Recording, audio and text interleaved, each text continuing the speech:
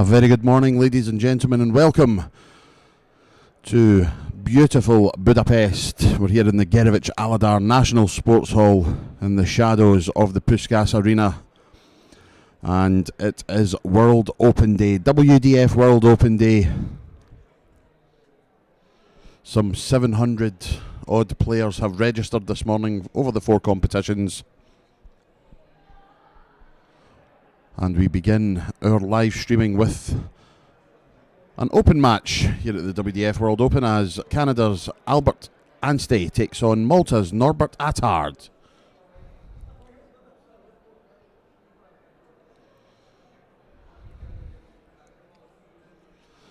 Long week it's been for a good lot of these players, as a lot of them were at the Hungarian tournaments last week. And then I've stayed on for the WDF World Masters and the WDF World Open.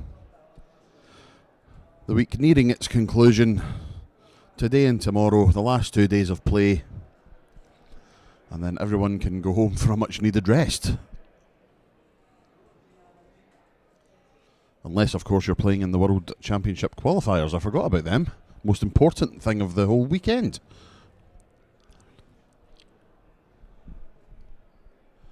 The World Championship qualifiers taking place on Sunday, of course. And then everyone can go home for a much needed rest. We will find out on Sunday who our final participants will be for the Lakeside World Championship. But for now we will concentrate on the WDF World Open. These two players, Albert Anstey and Norbert Atard. Albert has some ranking titles to his name. He is a former WDF Pacific Cup champion. Singles champion, that is. He won a gold medal at the WDF World Cup in the teams category. And he is a 2-time Klondike Open champion. He has also participated in 3 WDF World Masters, the last of which, not including this one of course, the last of which was in 1991. An absence of 34 years, and he is back and playing rather well, it has to be said.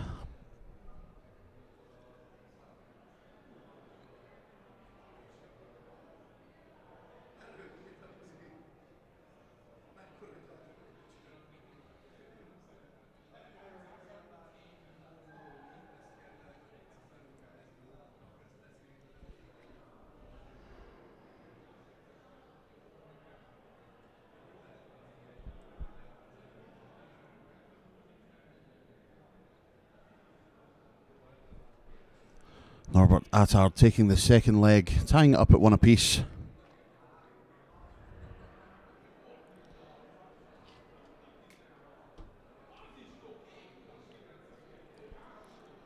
And a great starting leg 3 from Albert Anstey. 140.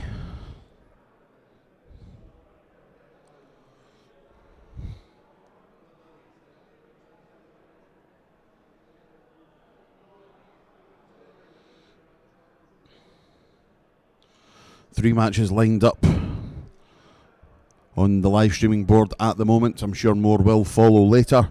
We will of course have the finals on the live streaming board a little bit later on this afternoon. But the first 3 matches we will be showing Albert Anstey and Norbert Atard as we see. And then we will have Eve Watson taking on Veronica Semonson. And then the Canadian Jeff Smith will take on Patrick Tringler. That's the first 3 matches we will be showing on our live stream. And I hope you can stay with us for the remainder of the day. I will bring you all the action here from the Gerevich-Aladar National Sports Hall in beautiful Budapest.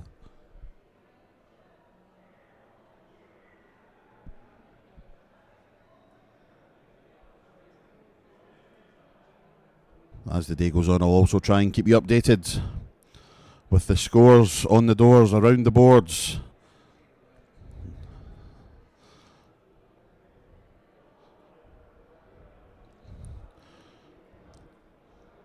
At my count, we have 84 dartboards in action give or take. So a massive event, starting from the last 512 in the open competition. Not just quite as many as that in the tournament. A few people will have byes to the next round, but well over 256, so great turnout. All these competitions have been very well supported this week.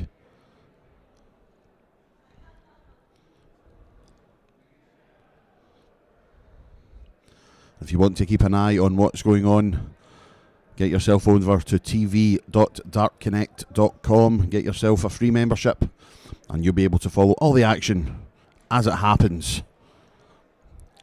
You can follow your favourite players, give them a bit of support from home.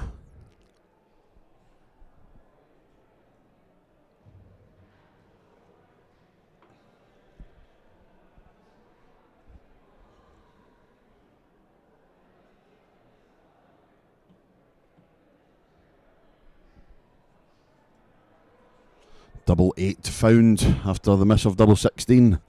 Albert Anstey takes a 2-1 lead.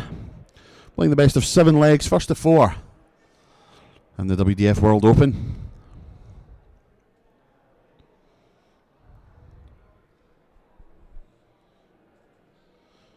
And Albert's opponent, Norbert Atard. A couple of world ranking titles to his name. He is the former Italian Grand Masters champion and the last year's Malta Open champion.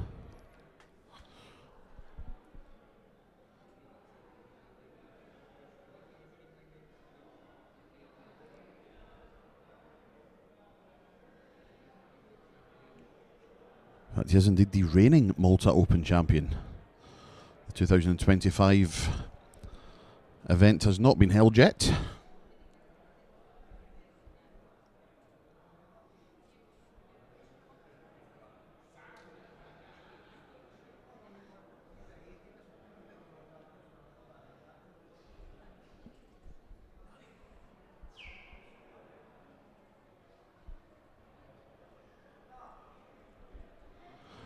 All the matches announced to the boards just before 11 o'clock local time. Marco Meyer, referee extraordinaire, taking to the microphone to announce the first matches on all 80 odd boards. You need a rest after that.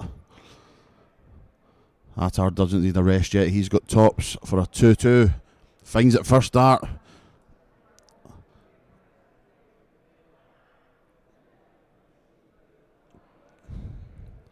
Parity restored.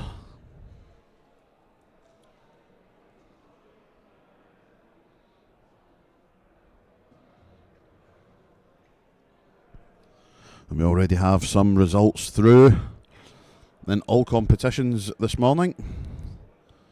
In the World Open itself, wins for Rainier Strum of Austria. Scott Mitchell, former world champion, a 4-0 win for him. Petri Rasmus of Finland winning 4-0. Harry Kelly winning 4-0. Jason Hogg of Scotland. Simon Dunn of Northern Ireland. Craig Orr of Northern Ireland. Alton McDyer of the Republic of Ireland. Stephen Krikorian of the USA. And Ryan de Vrede all through to the next round already, as well as a few others in the women's competition. 2 results so far. Louise Patterson of Scotland continuing her good form. Had a wonderful victory over former world champion Mikuru Suzuki in the World Masters group stages a few days ago. She started her assault on the World Open women's crown with a 4-0 win over Ann-Katrin Albrecht.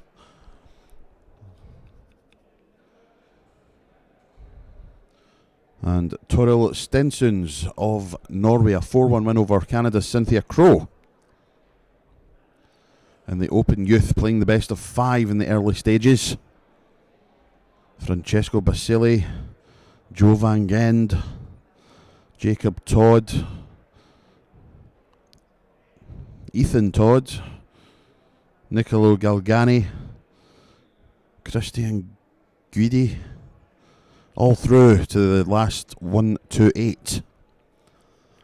And then the girls, Brooke Warren of the Republic of Ireland, Marta Hanna Rabakosi of Hungary, Nicole Sescu-Gal of Italy, all 3-0 winners in their matches. Merve Hummel of Germany, a 3-1 win. And it's 3-2 now to Albert Anstey, a fantastic 70 finish. And he is one away from victory.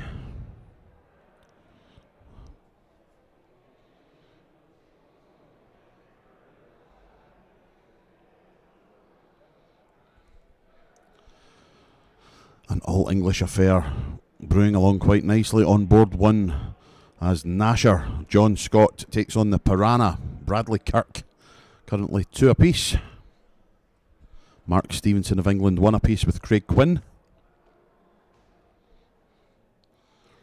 Roby John Rodriguez 1-0 down at the moment to Stefan Schroeder. Dennis Nielsen leads his match with Doug Allard 3-1.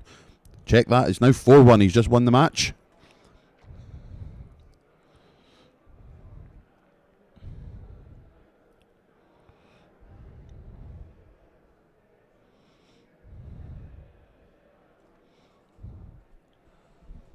The ladies' competition, Christine Hyde currently leads Julia Seek by 2 legs to 1.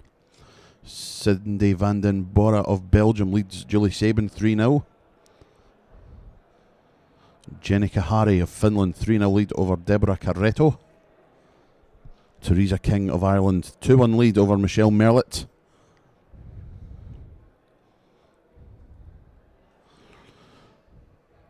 Kasuzu Iwao of Japan leading Kirsten Dahl 3-0. All the games churning away quite nicely here at the WDF World Open. Well underway now.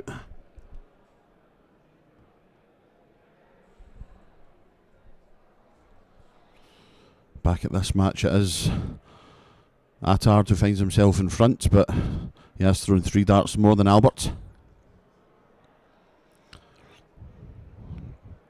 Oh, and a wayward last one. That's the difference between leaving a finish and not leaving a finish. Both players on 170 odd. So it will be the Maltese man who is first to the finish.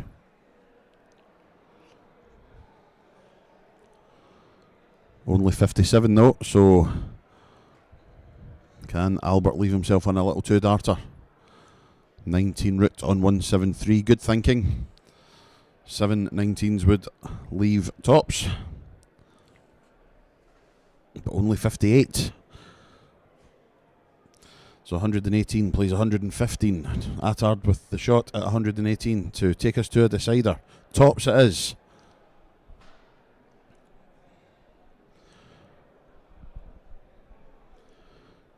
Taking a few moments to compose himself. Takes aim, and just north of the target, very unlucky. So here comes Albert Anstey, 115 for the match. Treble 20 for double 18. Double 18 for the match for Albert Anstey. No, he can't do it.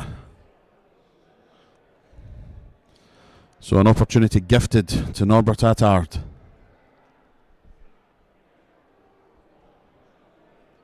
Tops he wants. Double 10. And he can't do it.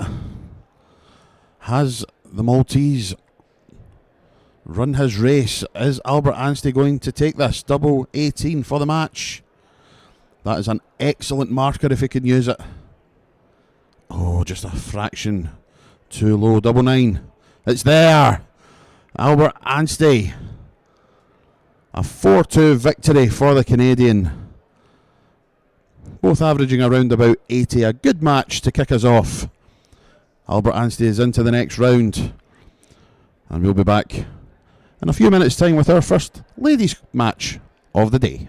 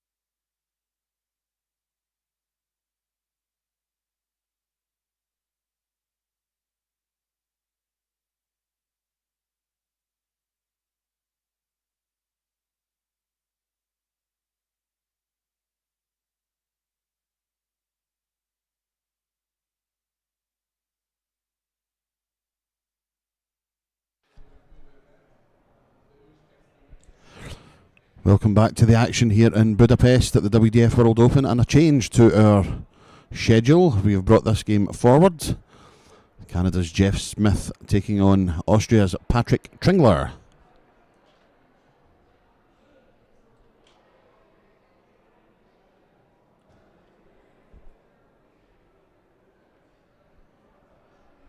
Patrick Tringler it is that's won the bull. Kicks us off in this one.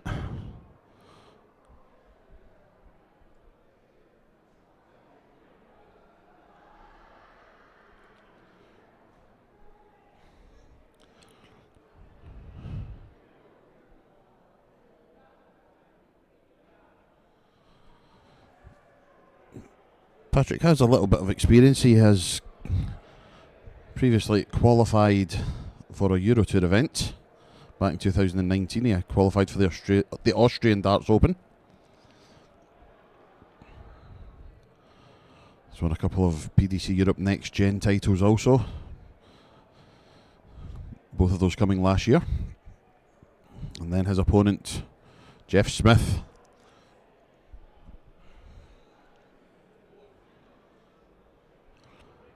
A familiar face around the darting world. He's been at 3 Lakeside World Championships.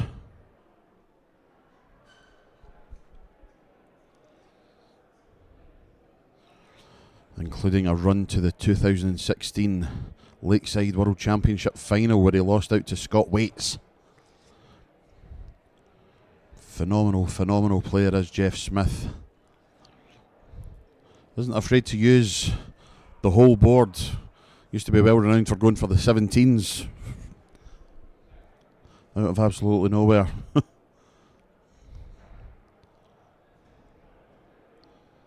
He's played at the Grand Slam of Darts.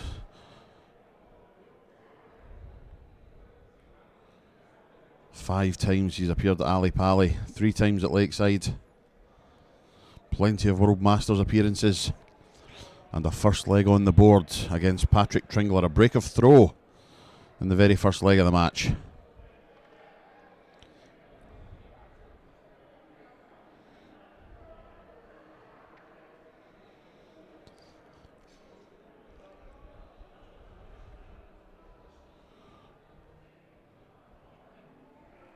Has won quite a few world ranking titles, the last of which came last year at the Las Vegas Classic.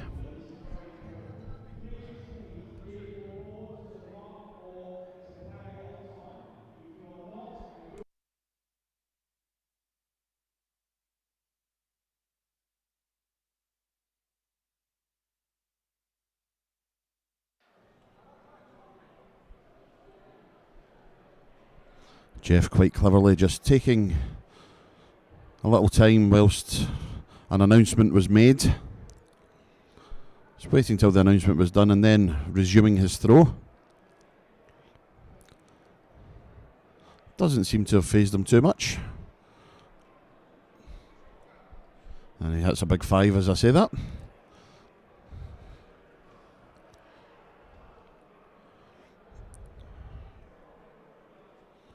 I believe the announcement was made just to remind players that they must mark. If they don't mark, they are eliminated. We don't have volunteer markers for the first games. They go to the bottom of that group's draw, and whoever the last name is, or whoever is the bottom bye, marks the first game. If they don't mark, they're out. And I'll tell you what, Jeff Smith, as I'm waffling on, has just pinged out a big fish. Good grief. Someone tell me to shut up. Concentrate on the darts. What a wonderful finish from Jeff Smith. A big fish, 170 finish to move 2-0 in front. Halfway to victory. Wowee.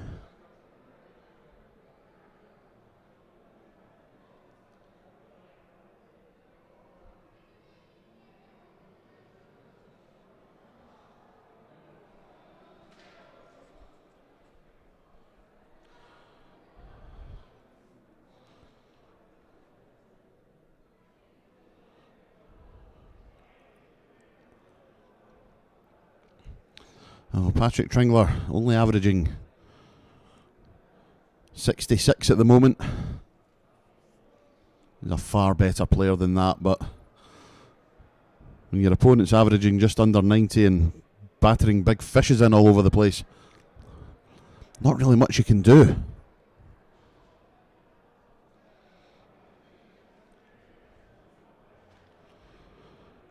This is, of course, the final ranking tournament of the season.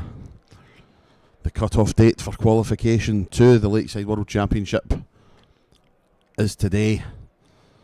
So after the conclusion, well, I say today, tomorrow, with the World Masters being finished then. But of course the World Masters started before this. But after today and after tomorrow, we will know at least most of the players who have qualified for the Lakeside World Championship. Apart from, of course, our qualifiers, and we will find them out on Sunday. Jeff Smith then, paying attention to this, 120, Shanghai finish for a 3-0 lead, tops. And he's got it, a 170 finish in leg 2, a 120 finish in leg 3. Jeff Smith really on form today. Excellent stuff from the silencer. And he is doing a very good job of silencing Patrick Tringler in this match.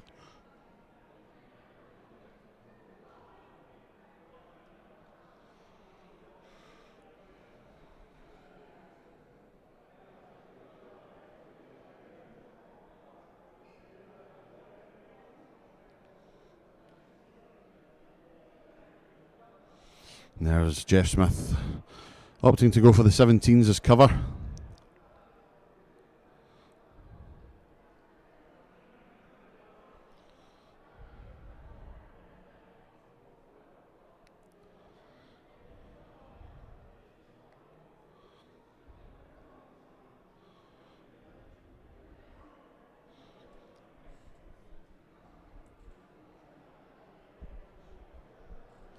Well, Tringler had a chance to just take a bit of control in this leg, but a trebleless visit has hampered that.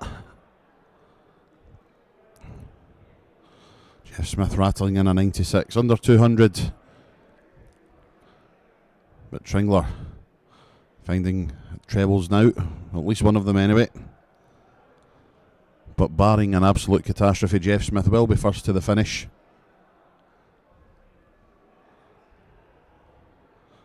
.96 scored, 94 left when he returns.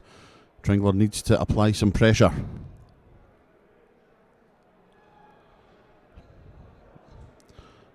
.83, 130 left, so it's given Jeff Smith something to think about. I'm assuming that dart was for the bull. Double 16. Excellent recovery after the wayward first dart to leave himself 2 16s. Unfortunate not to hit that target. And Tringler just throwing that last dart away in frustration. I think he knows his race is run. As Jeff Smith takes aim, it will now be at double 8. That's a marker. And that's a winner. Jeff Smith, a 4-0 victory for the silencer. An excellent performance, averaging 83.5, including that magnificent Big Fish 170 finish. Jeff Smith goes marching on at the WDF World Open.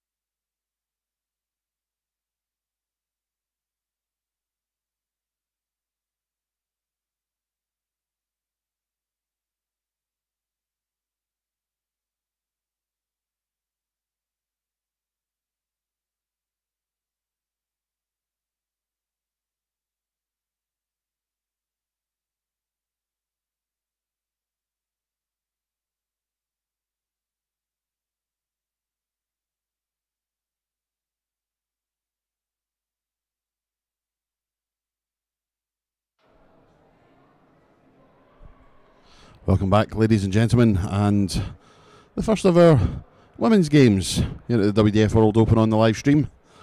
A game later than previously advertised. Wales' Eve Watson takes on Norway's Veronica Semonson.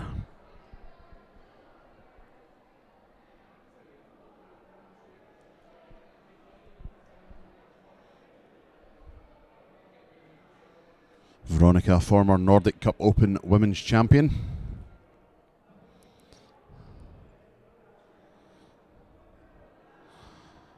And Eve, a couple of world ranking titles to her name. Former British Open Champion, reigning Isle of Man Classic Champion, also the reigning Isle of Man Open Champion.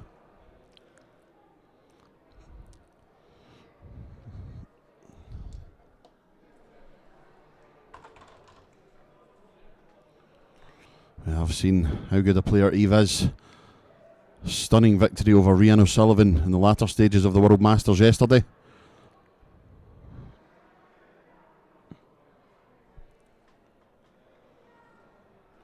But it appears to be under the cosh here because, I was going to say Veronica had tops for a 14 dart leg. Wayward finds the big one. 32 left if she comes back, which she will. Watson cannot take out the 1, 2, 3. So double 16 for a 16 dart leg. And a very early break of throw, double 8. That's a good marker.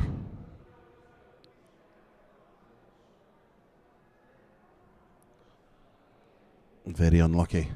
So Eve Watson with a chance then. Treble 20, double 10. Oh, bust. Drat, she says. Or whatever the Welsh for drat is. Double 4. Still double 4. No.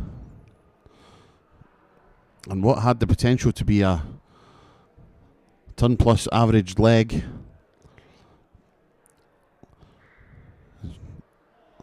now runs the risk of not winning the leg at all, but Watson misses the dart at tops. So it's another chance at double 4 for Semonson. Is that awkward? Not at all. First blood to the Norwegian. And a break of throw.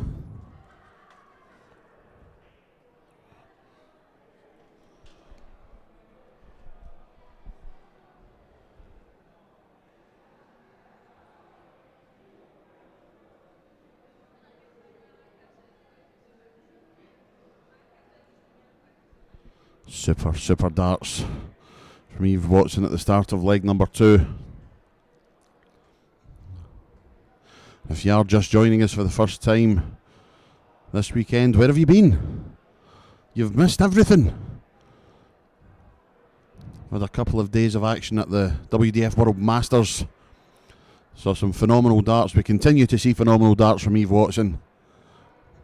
But we already know who will be playing in our semi-finals of the WDF World Masters tomorrow, starting around about 1 o'clock local time. We hope you can join us tomorrow to watch the thrilling conclusion of all 4 of our World Masters competitions: the Open, the Women, the Open Youth and the Girls.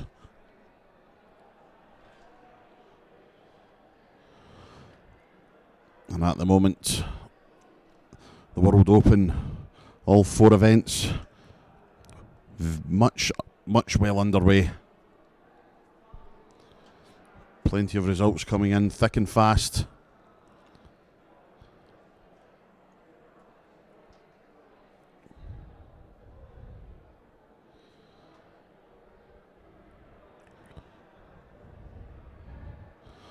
We already have 5 ladies through to the last 64.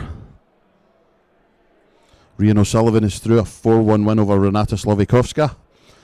Priscilla Steinbergen is through, beating Blanka Simonova 4-0. Lorraine Hyde is through, beating Giada Maki 4-0. Arina Armstrong defeats Anne Jokinen of Finland 4-0. And Lorena Rietbergen, a 4-0 win over Josephine Kopp of Germany. That is the 5 that are through to the last 64 so far. Another 59 to join them, but who will it be? We also have 4 names through to the last 1 to 8 of the men's. Hilton Klein, a 4-1 win over Tom Gregory. Alfie Busby has defeated Nick Fulwell 4-1. Jimmy Van Schie, 4-0 win. Of course it is, over Simon Ken Hansen. Jimmy playing some great stuff just now. Miroslav Grzycki of Poland, a 4-1 win over Jason Brandon. What a scalp that is for the Pole. Averaging 91.5. He's defeated the World Championship semi-finalist Andras Borbely of Hungary. The home nation hope, a 4-3 win over Matt Clark to get into the last 1-2-8. And David Pallett has defeated the reigning Open Youth World Champion Archie Self 4 legs to 3.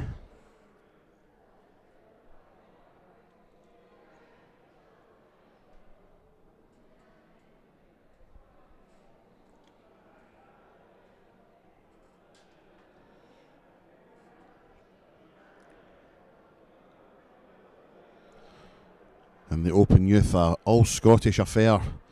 Luke Rossi, 3. Kyle Davidson, 2. 15-year-old Luke Rossi through to the next round, as is Dan Toxopeus.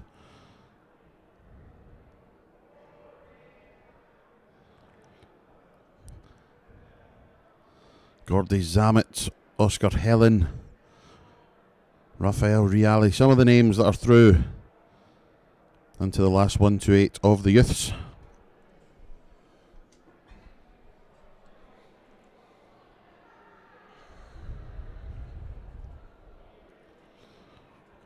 And in the World Open Girls competition, Ruby Gray has been defeated in the last 32 from Ireland's Brooke Warren. 3-2 win.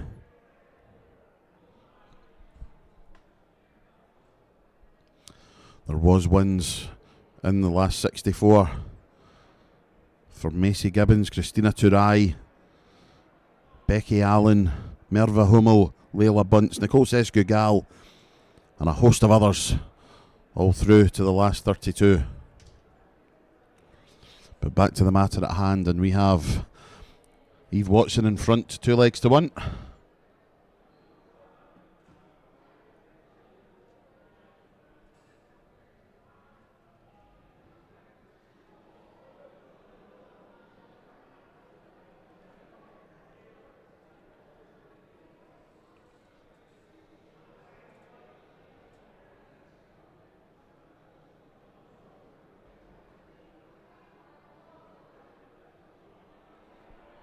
Well, Veronica Semonson improving on our previous score of 3, but only 22. 2 22s in a row. Eve Watson, one of her own in the throw before this.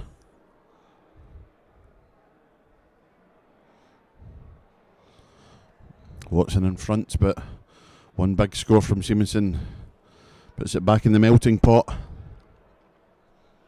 That's at least one big treble, I think that. Other one just found the treble 7.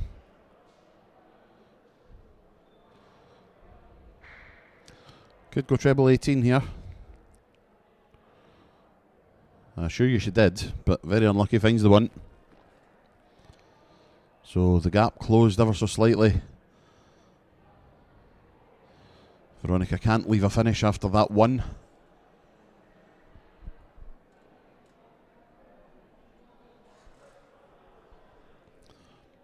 Oh, calamity. Bounce out costs Eve Watson the chance to leave a finish, with our other 2 darts only finding singles. So it will be Veronica Semonson first to the finish in this leg. Marvellous 140 to leave herself on a 2-darter. Eve will want to leave herself something handy also.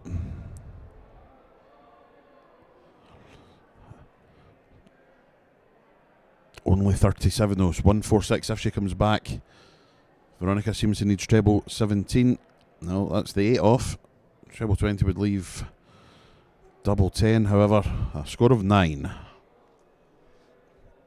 Not what was required. Eve Watson going the 19's route on 146, quite rightly so. 90 left if she comes back, but 79 for Veronica. There's the 19-20. Oh, that was close. Tops. Very close to busting the score with her second dart, but just missing out on tops also. Eve Watson then 2 single 20s leaves the bull. For a break of throw and a 3-1 lead? No. Heads eastward into the 6. And Semonson has a chance now at tops. 1 to go. No, she can't do it. Watson then with another chance for a break of throw. Single 4 for tops. 2 10s. And the doubling, not great from either of these players at the moment. Veronica Semonson once again. 3 darts in hand at tops.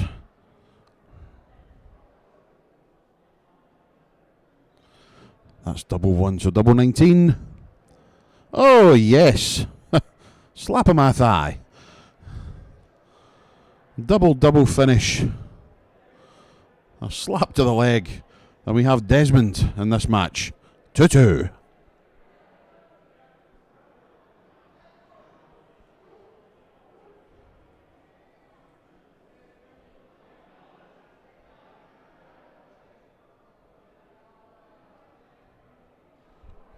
Eve Watson will be thinking to herself, I should be 3-1 up here. What is going on? You don't hit the doubles, you don't win the game.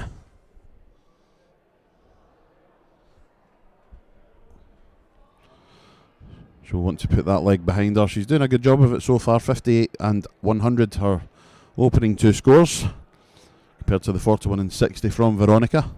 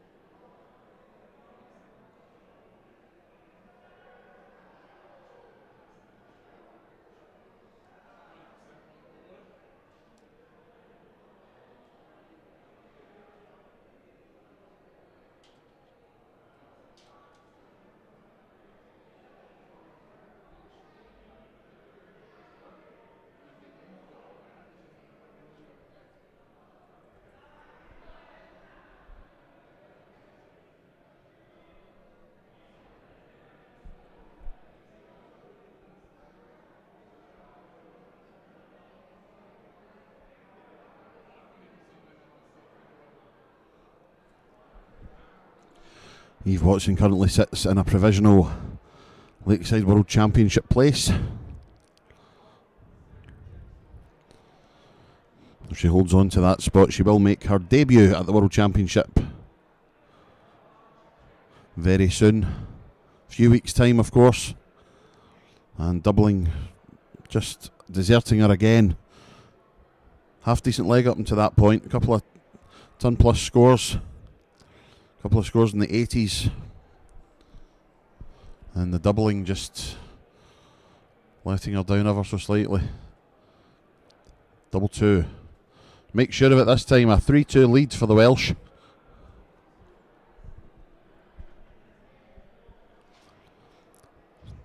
Two to play. Veronica Semonson needs them both.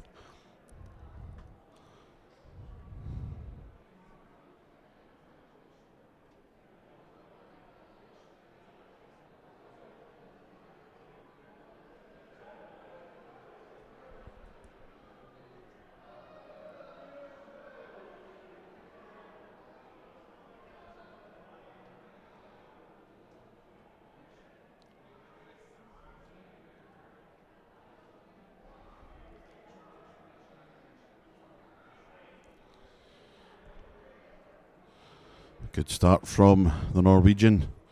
81 and a ton. 80-85 for Eve Watson, so not a lot between them. 16 points, no more. This is much better from both.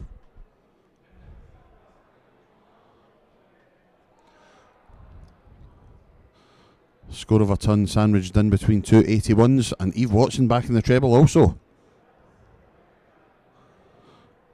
Carry on, ladies, this is better.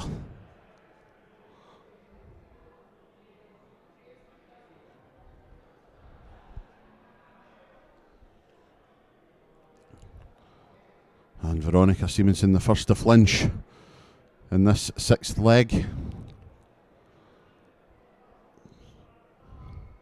3 good scores and then a score of 30. Eve Watson couldn't really take advantage, hasn't left a finish, only 60 scored. And that last start of Veronica's leaves her on a bogey. So 176 for Eve. Oh, this is excellent. Single 16 tops when she returns for a 16 dart leg to win the match. Move into the last 64. Steady 60 from Veronica. So it's tops for Eve Watson for the match. And that's what it means, a clenched fist pump as it were. And Eve Watson, a 4-2 victory over Veronica Semonson, sees her into the last 64 of the WDF World Open Women's Competition. Stay tuned, don't go anywhere. We will be back very soon with our next match on the live stream here from beautiful Budapest.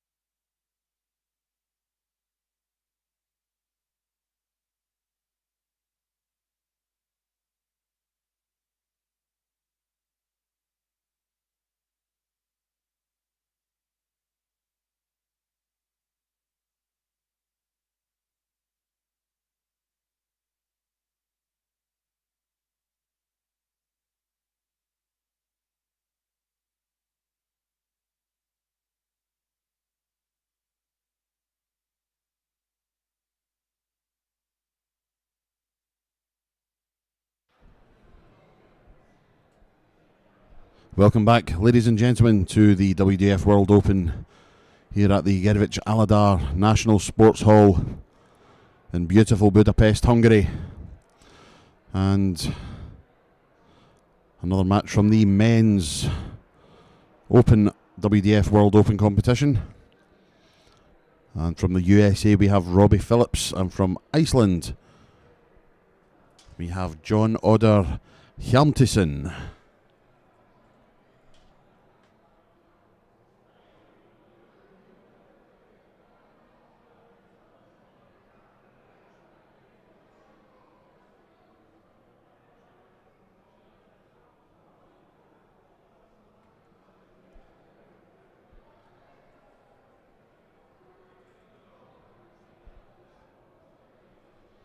John Oder was here in Budapest last year participating in the World Masters.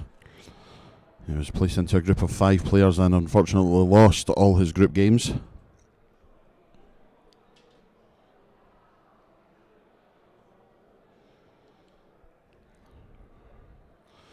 And he takes on this man, the robot, Robbie Phillips. A man who I've got to know the past few years. I know how good a dart player he is, and he shows that with a 15 dart leg to kick things off. Nice 70 finish. Gold medal winner at the America's Cup back in 2018. 4 world ranking titles to his name. The Charlotte Open 2013 and 14. The Washington Area Open 2011. And most recently the Las Vegas Open in 2019.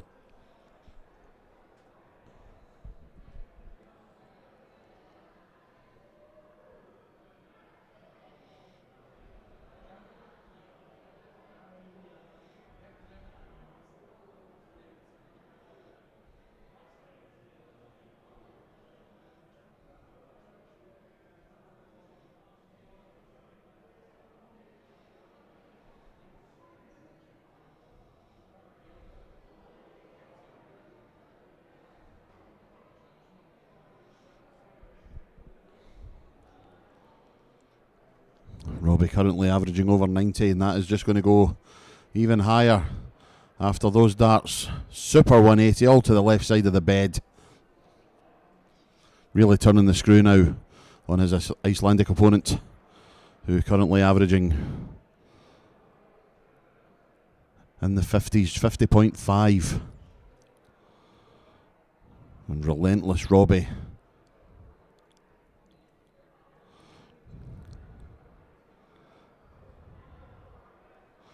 .93 left when he returns, averaging 101 at the early stages of this match.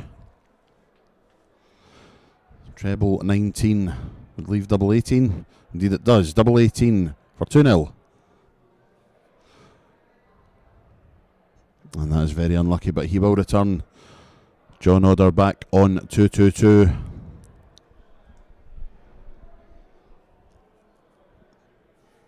Using the 18 to guarantee he leaves a finish. But will he get a shot at it? The way Robbie Phillips is playing, I don't think he will. Having said that, do we have a commentator's curse? Yes, we do. Sorry, Robbie. 164 then for the man from Iceland. Attempts the 2 treble 19s. And a score of 60. So another chance then for Robbie Phillips, who has seen his average drop into the 80s. Double 9. And first dart at double 9 wins him the leg. A break of throw and he leads 2-0. Halfway to victory and halfway to a place in the last 128.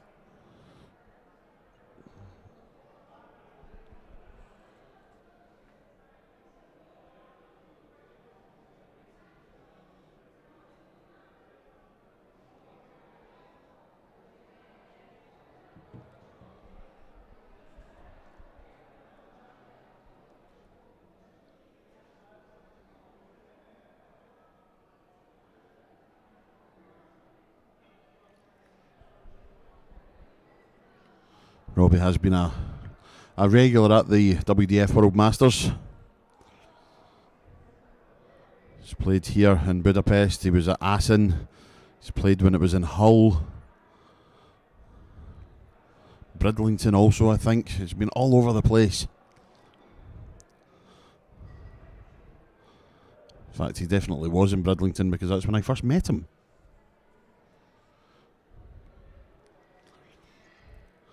In a little bar called the South Cliff Hotel. Singing a little bit of karaoke. Don't worry, I won't sing today. So Robbie leaves himself on the big fish, and unlike with Jeff Smith earlier, I will be giving this my full attention. I wonder if he will go for it. Should he hit the two trebles? 60-60 bull. Oh, I guess we'll never know.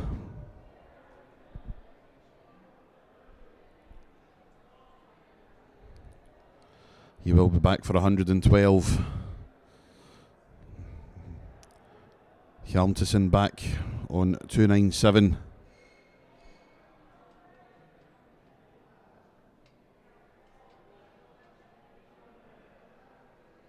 Shots on. Double 16 for a 3-0 lead. Oh, yesy. Excellent finish from Robbie Phillips. 3-0 lead, one away from victory. Averaging a very tidy 85.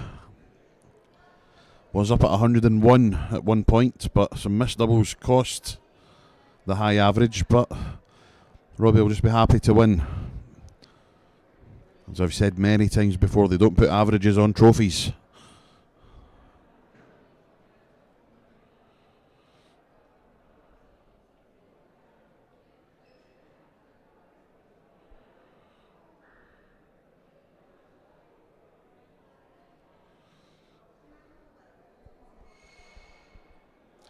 One 3-4 followed by a ton 40.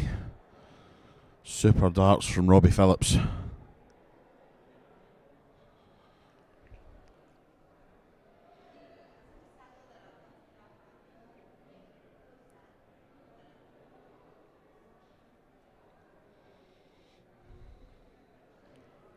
Good cover shooting. 145 when he returns. John on 303. Maybe should have started on the 19s, but it doesn't matter now. Phillips on 145. Went the 19s route. Can't finish now. But he can leave himself a double. Not quite, but 2 dart finish left when he returns. 52. Pressure can be applied here. Has to go down. That was very silly, going for a 20 there, because he's left himself a bogey. Might fade into insignificance here if Robbie Phillips can hit double 12. Now John will get annoyed with himself because he's on 159. He had the chance to leave himself on a finish, didn't. And Robbie gave him a chance. He has not taken that chance. Well, he wouldn't have taken that chance, I mean. Only 106 left, but Robbie, double 6. Make sure of it with the second dart. And Robbie Phillips of the USA, a 4-0 win over John Odur Hjalmtesen. Sees him into the last 128 of the World Open. Stay tuned, we'll be back with our next match very soon.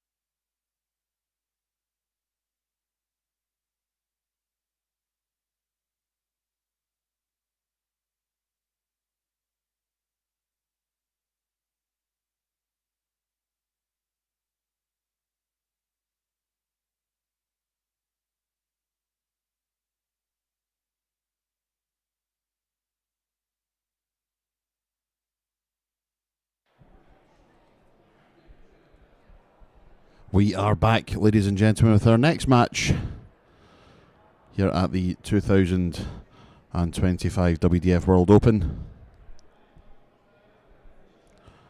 And Paul Hogan of England takes on Norway's Jack Marius Christiansen.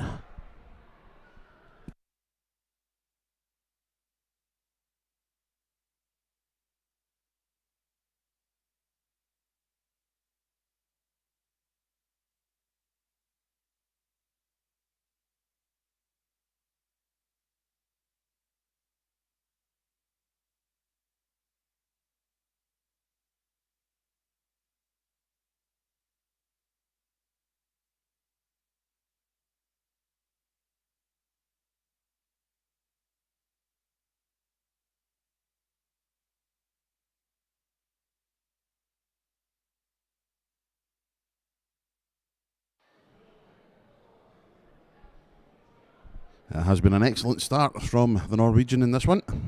1, 2, 3, 180 and 98, leaving him on 100. Slower start from the man they call Crocodile Dundee.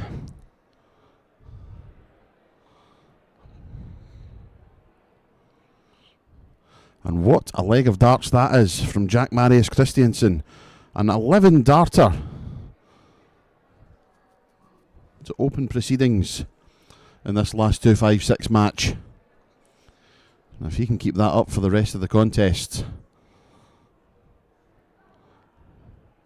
which apparently he can't. First throw of the leg 36, and now it's Paul Hogan's turn to maybe turn on the style.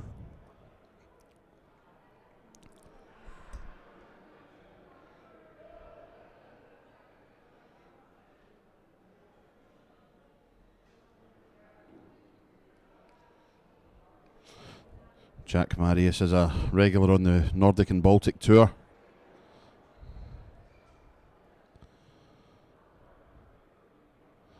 And what can we say about Paul Hogan?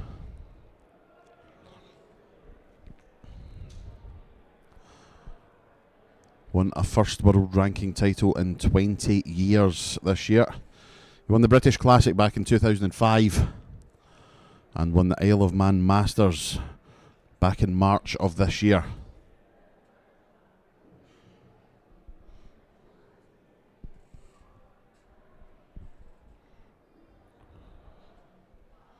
Also has a gold medal from the Europe Cup back in 2018. Has been on the winning side, the winning England side at the British Internationals no less than 10 times. And he also has a live streamed 9-dart finish to his credit. That was back in 2017 when he was representing England. That was in a match against Alan Suter. Paul Hogan went 180, 180, 141 to rapturous applause from the Bradford crowd. I was in the building for that. I just popped out the room and missed it.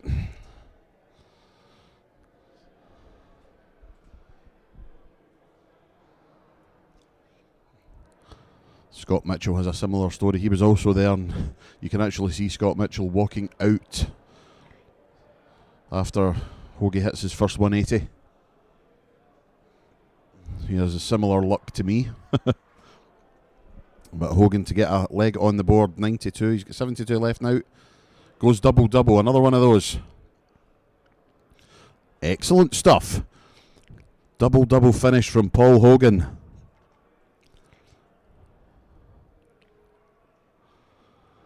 Restores parity at one apiece. Breaks straight back. And now look at this for a start. A marvellous maximum to start leg 3.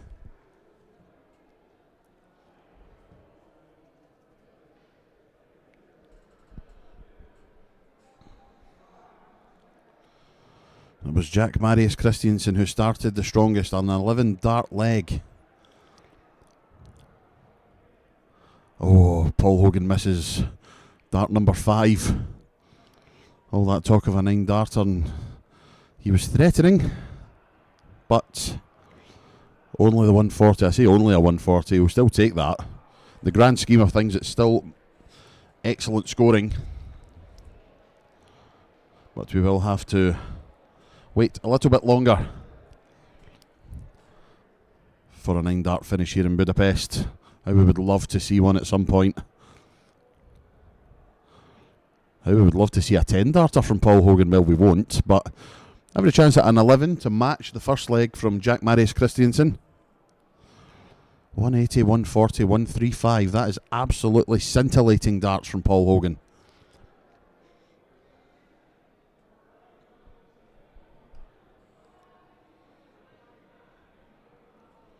$10 for double 18. He hit it twice in the last leg. 12-darter if he can hit it now. And he does indeed. 12-dart finish from Paul Hogan. 4 perfect darts. And he takes a 2-1 league halfway to victory.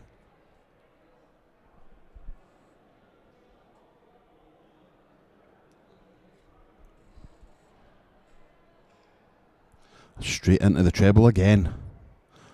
Hello. Oh, very unlucky. Vintage Paul Hogan.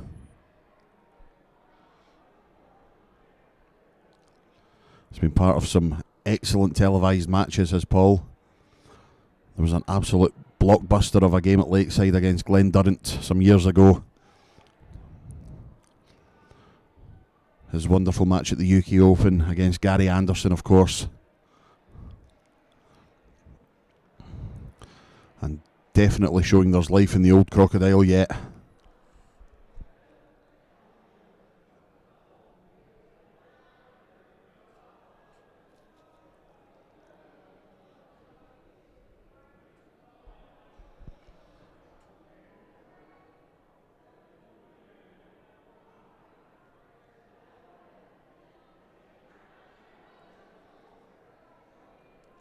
On a finish once again after 9 darts.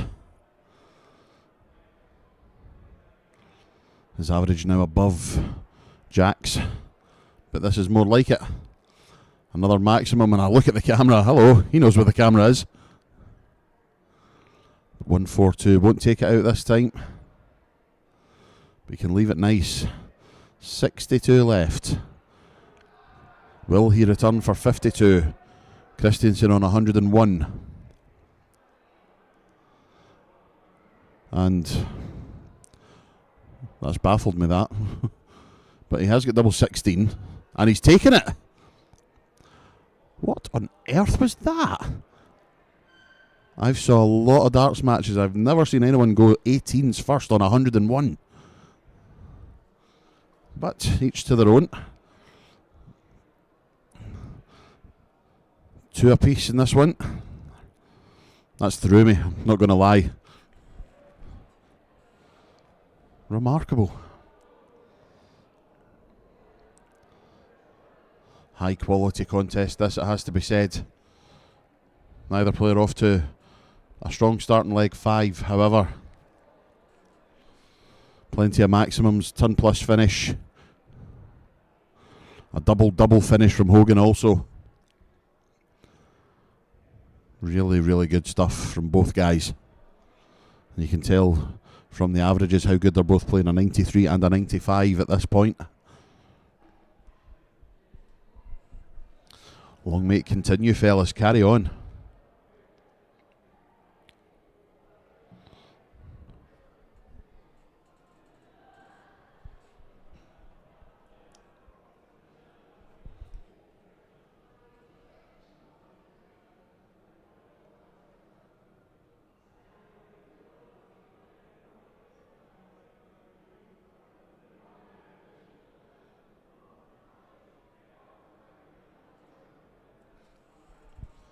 Hogan really hasn't done much on the WDF circuit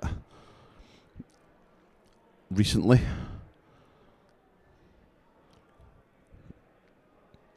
Played at the England Open back in June, where he was thwarted early doors.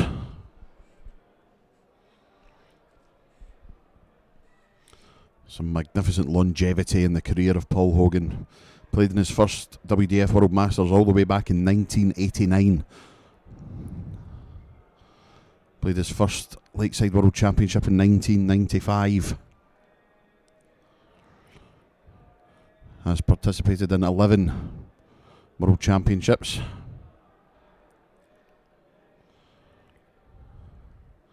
Well, that's went into the board a little bit strange. Forces him to go downstairs. Loses his dart as he's retrieving, and it was in the board awkwardly, so can't take too much blame for that. Double 10 though for Hogan. And he can't do it. 137 then for Jack Marius Christiansen.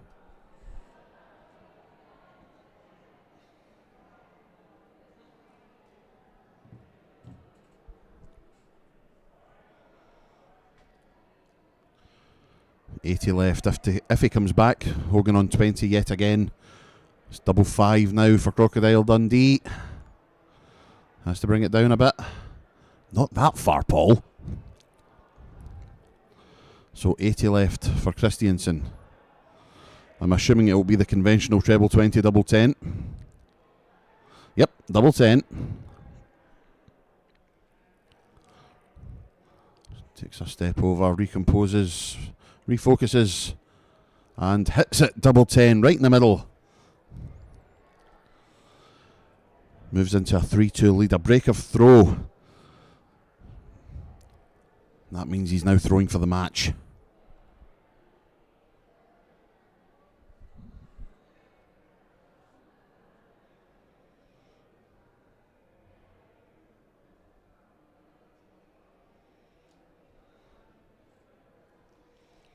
Well, not a great start.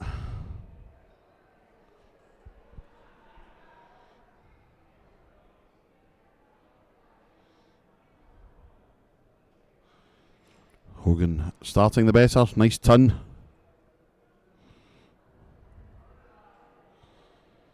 Whilst this is ongoing, we'll have a look at some of the results that have come through in the World Open. Jason Smith, Callum Francis, Ben Hazel, Andras Borbely, Shane Sacchiacapo, Ryan O'Connor, James Beaton, Nico Bloom, Norman Madu, Adam Craik, Nick Smith, Jensen Walker, Darnell McCrory, Hilton Klein, Vince Tipple, Brian Rahman, Marcel Walpin, Andy Davidson, Stephen Rosney, Jimmy Van Schie, Robbie Phillips, Evander Stevenson, Liam Mendel-Lawrence, just some of the names that are currently waiting to play their last 1-2-8 game. Either currently waiting or their last 1-8 will be in progress. They all won through from the last 2-5-6. Match is ongoing on over 80 boards round the venue. Albert Anstey is back on. We saw him on the stream earlier on. Currently 2 apiece with John Scott. Matthew Edgar is here. He's currently playing on board 2. He's averaging 107, leading Marvin Kraft by 2 legs to 1. Nice to see Edgar TV joining us here in Budapest for the World Open. Hogan then, double 12 to take us to a decider. It's there. 3 apiece. A 1-leg shootout for a place in the next round. Shake of the head. Doesn't affect him too much. Great cover shooting.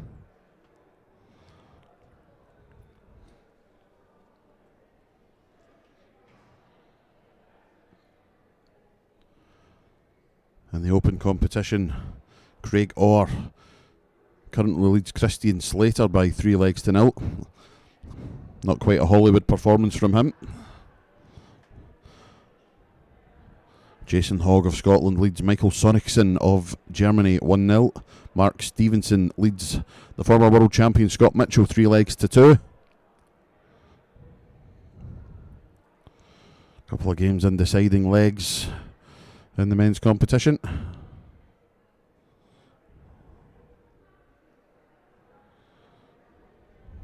Albert Anstey now leads John Scott by 3 legs to 2.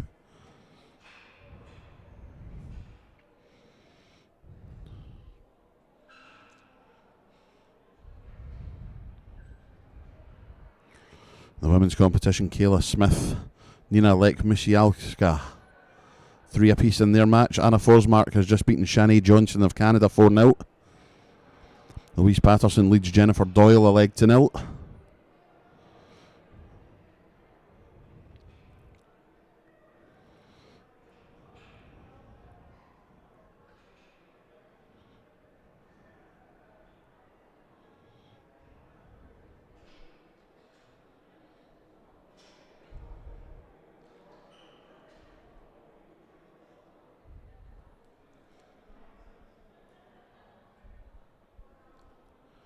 Back to this match though, and it is Hogan first to the finish. He'll be back for 1, 2, 4.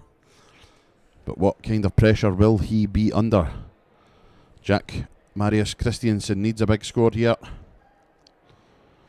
Might just get a big score. A ton would be good. A 140 really puts the cat amongst the pigeons.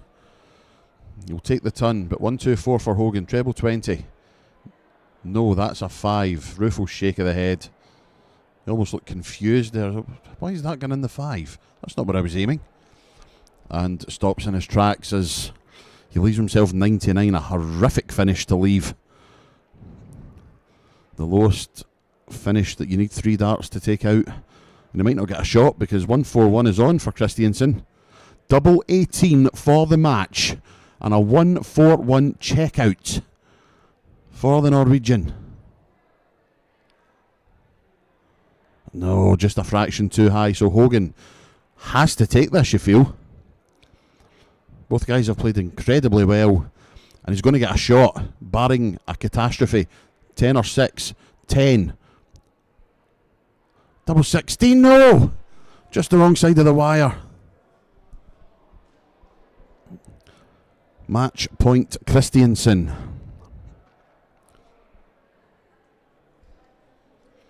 Double 18 for a place in the next round and to claim the scalp of Paul Hogan. Can he keep his composure? Double 9.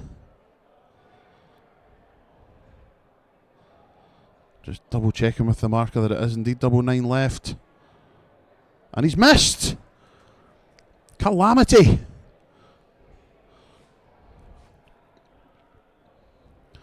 Here we go then, double 8 for Paul Hogan. Great marker. Surely. Yes! What a game of darts that was. Great stuff from both guys. Couldn't pick a winner for most of it, but it is Paul Hogan. A 4-leg to 3 victory over Jack Marius Christiansen. Sees him into the last 128 of the WDF World Open. And we'll be back in a few minutes. And we will return to the ladies' competition as Priscilla Steenbergen of the Netherlands will take on the Isle of Man's Margaret Kelly.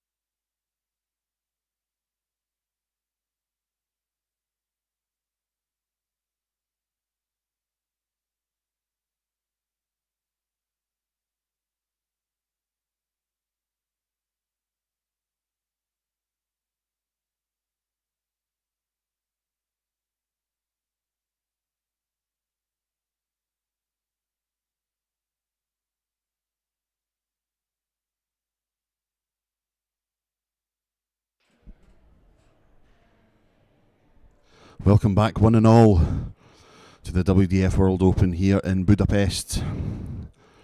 And a women's match here on the live stream as Priscilla Steinbergen of the Netherlands takes on Margaret Kelly from the Isle of Man.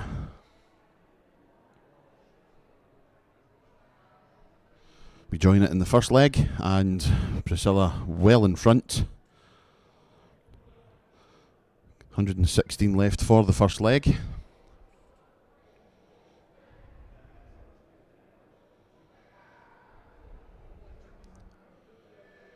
Nicknamed of Smurf.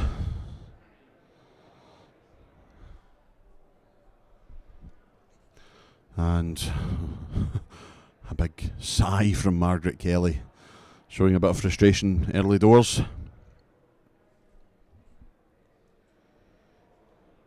71 for Priscilla, 14 leaves tops. But she will be back. Margaret all the way back in 293. Needs an Uber to get to a finish from there.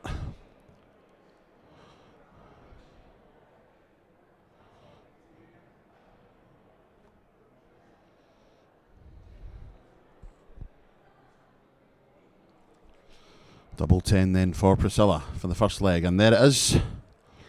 First time of asking in that particular throw, and she takes the first leg 1-0 to Priscilla, Queen of the dartboard.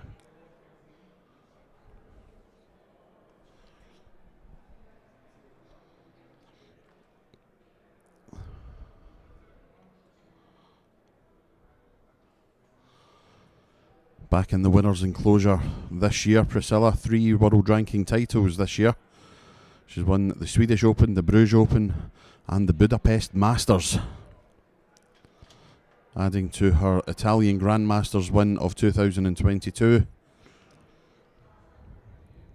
Playing some great stuff once again.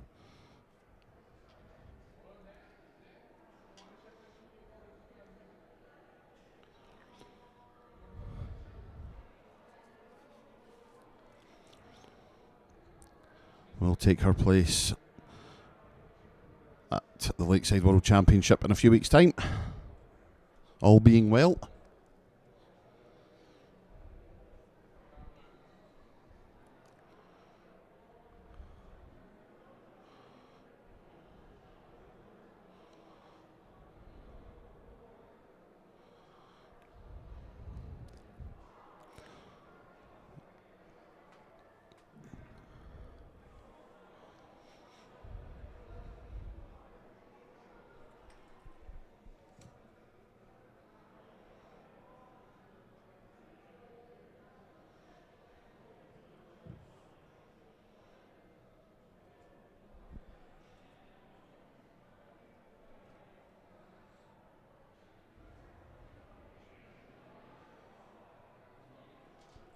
Having a look at some of the results that have come in so far in the women's competition. Anka Zylstra, a 4-0 win over Shirley Schaefer. Teresa King, 4-2 win over Hallie Camp. Mikuru Suzuki, twice world champion, 4-0 win over Susanna Serrano. Sophie McKinley marches on, a 4-0 win over Gail Williams. Rebecca Browse is through, defeating Catalina Pasa. Veronica Ihash through against Elisenda Alzuria. Rian O'Sullivan, a 4-1 win over Renata Slovikovska. Iselan Howen of Norway, a 4-1 win over Stephanie Snow-Lee of Canada. We saw Eve Watson winning 4-2 earlier on the stream against Veronica Semonson. Dita Hedman, a 4-1 win over Mayumi Uchi. Kira Mertens, a 4-2 win over Yuki Sakaguchi.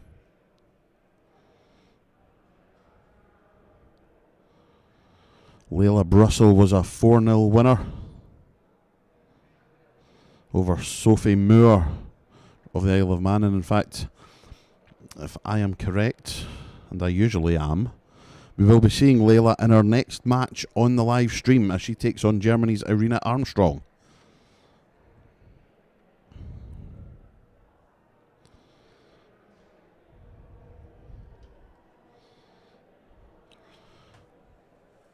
We have results coming through in the open competition here at the WDF World Open in the 1-2-8 round.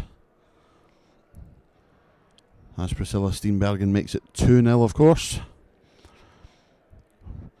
Brian Roman into the last 64, a win over Lucas Nussbaum, 4-2.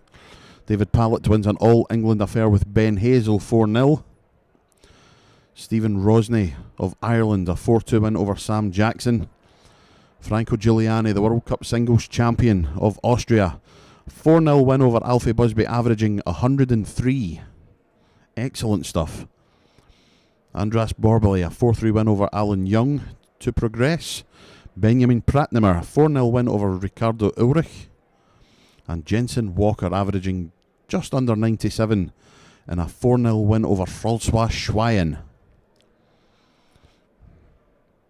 So, great standard of darts today.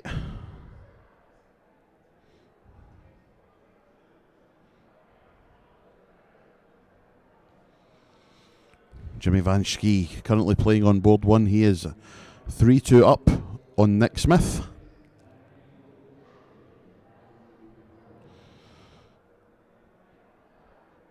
Ryusei Azumoto has just taken the second leg against Jeff Smith to make it 1 apiece. Aaron Bradley 3 apiece with Glenn Parsons. Jimmy Van Schie has won that match with Nick Smith. He is through to the last 64. Hilton Klein 1 apiece with Clint Clarkson.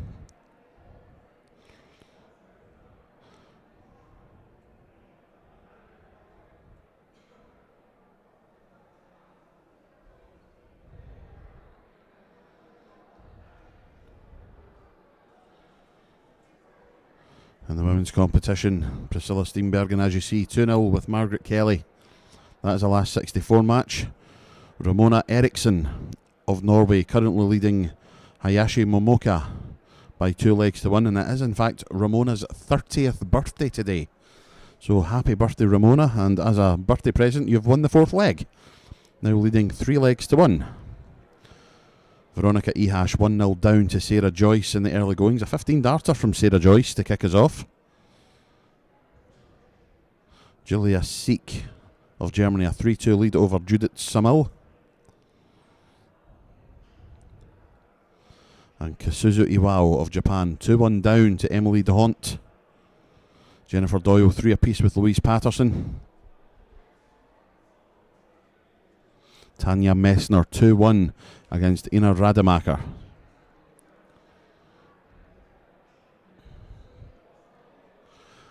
Double 10 was the target for Priscilla there to take a 3-0 lead.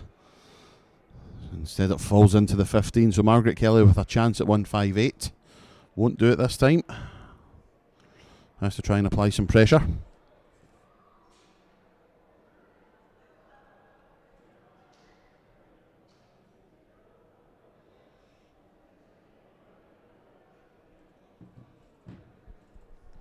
Priscilla going 3-1. Making sure of the 3, missing the 1-1. Margaret Kelly, 24 left, finds the wrong bed, so 3. Oh yes! Double finish from Margaret Kelly.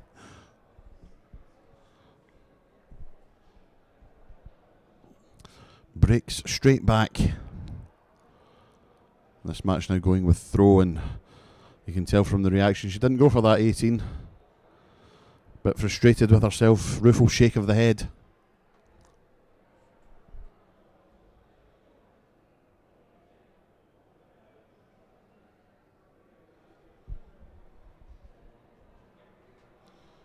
Becoming a little bit scrappy, this one.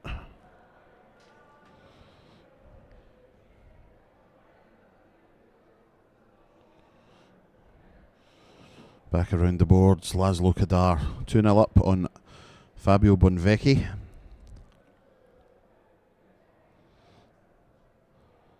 Matt Edgar has just started his next match with Rainier Strum. Peter Trapp of Germany taking on Jason Hogg. That one's just underway. Liam Mendel Lawrence 1-0 up on Mario Pilipovic of Croatia.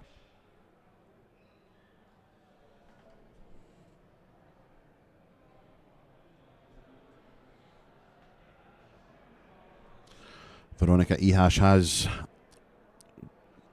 equalised her match with Sarah Joyce, one apiece now. And Kasuzu Iwao has equalised against Emily DeHont, that is 2 apiece. Callum Francis taking on Evander Stevenson on the other streaming board. Should be a good one, that. Lorena Rietbergen takes the first leg against Nanako Shimizu. Louise Patterson has come through, and her match 4 legs to 3 has ended up. She'll be relieved to get through that one. Dita Hedman has just begun her match with Kira Mertens.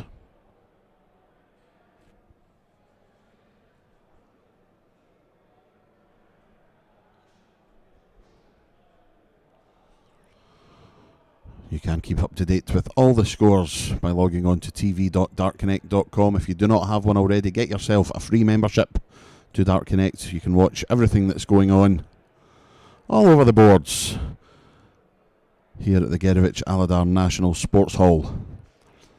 But on our live streaming lane, it is 12 for tops for Priscilla Steenbergen. Opens the door then for Margaret Kelly for 1-2-8.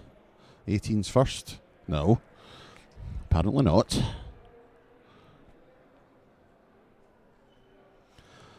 Has a little laugh to herself. If you don't laugh, you'd cry moment. Tops then for Priscilla. Make sure of it with the second dart. Break straight back, and it's a 3-1 lead for Smurf.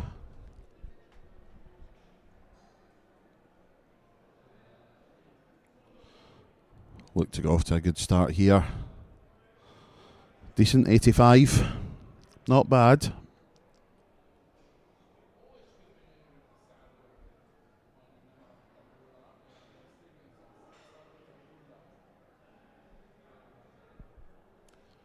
And a good answer of 81 from Margaret Kelly. Can see that Evander Stevenson has taken the first leg against Callum Francis on the other streaming board. As Priscilla rattles in a 1-2-3.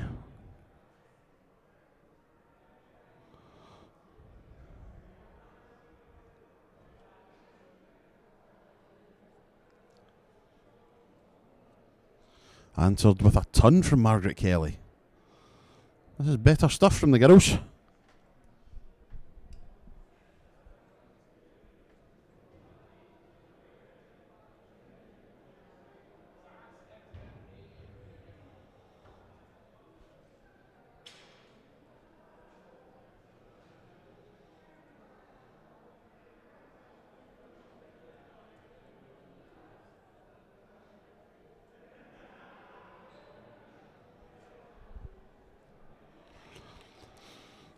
Great steady stuff from Priscilla in this leg.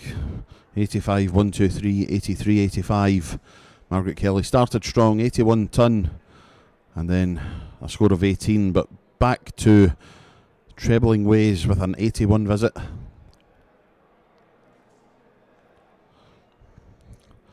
Priscilla will have a 2-darter when she returns. 78 left. Kelly needs to leave a finish here, just to apply a little bit of pressure.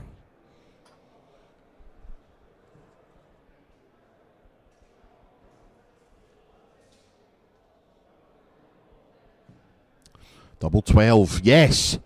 And a 4-1 victory for Priscilla Steenbergen over Margaret Kelly. Nice leg to finish off, some great scores. And a 2-darter in 2 darts.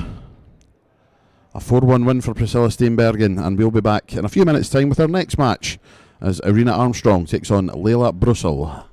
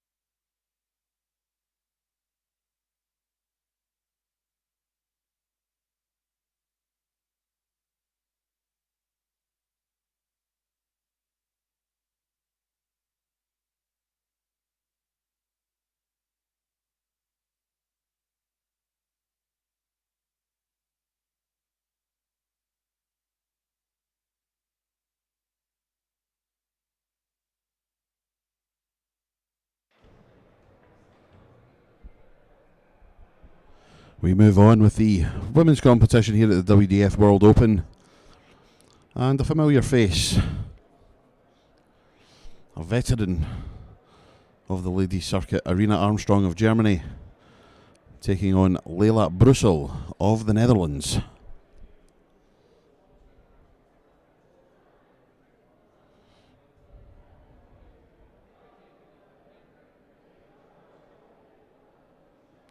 Irina has a plethora of world ranking titles to her name. She won here in Budapest last year at the Budapest Classic. And this year she has won the Italian Grand Masters and defended her Italian Open crown.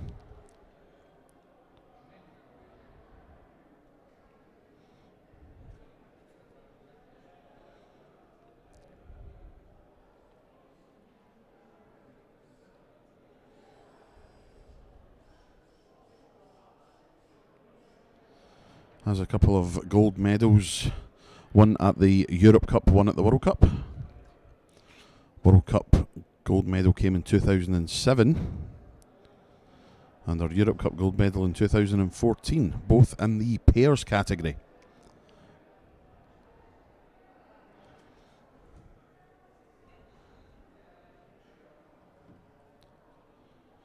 And her opponent is Leila Brussell.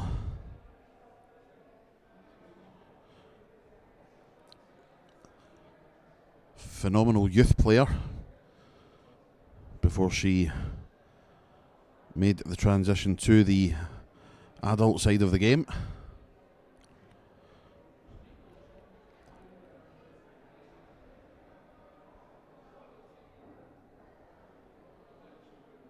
Five gold medals at the Europe Cup Youth and one gold medal at the World Cup Youth. Irina Armstrong double 16 for the first leg. After two excellent scoring visits to set up 32, she went 140, 133. Can't tell if that's in or not. It is. First leg in the ledger under the name Armstrong.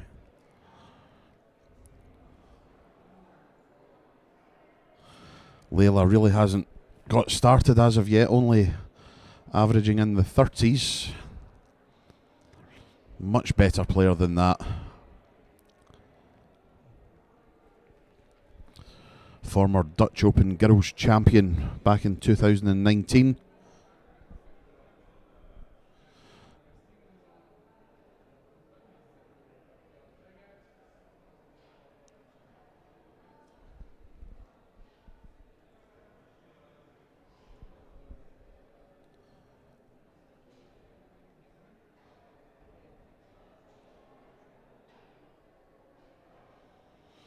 And I'm sure she will want to show she is a better player than what she is currently showing. And this is better from Leila. Well, the first start was. Unfortunately, couldn't follow up. Finds the treble one and the single one. So it's still advantage Armstrong. And could we have a maximum?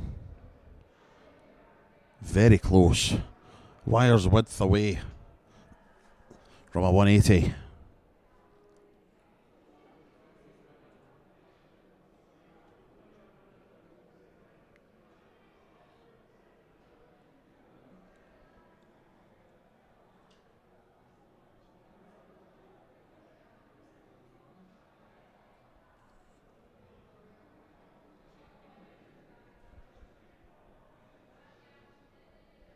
.62 left for Irina. That's a great setup. 2.16s when she returns, with Leila back in 2.30.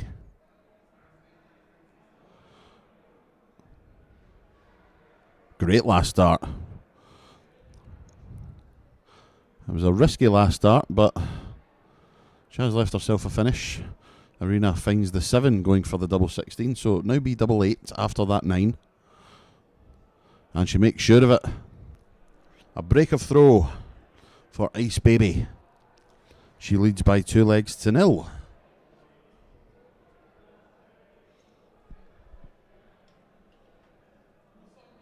Round the boards in the ladies' competition, Dita Hedman 3-0 up on Kira Mertens Check that, 4-0, she's through to the last 32. A 4-0 win over Kira Mertens. Toril Stensons of Norway leading Katarina Sadlikova 2-0. Lorraine Hyde 1 apiece with Lena Christiansen.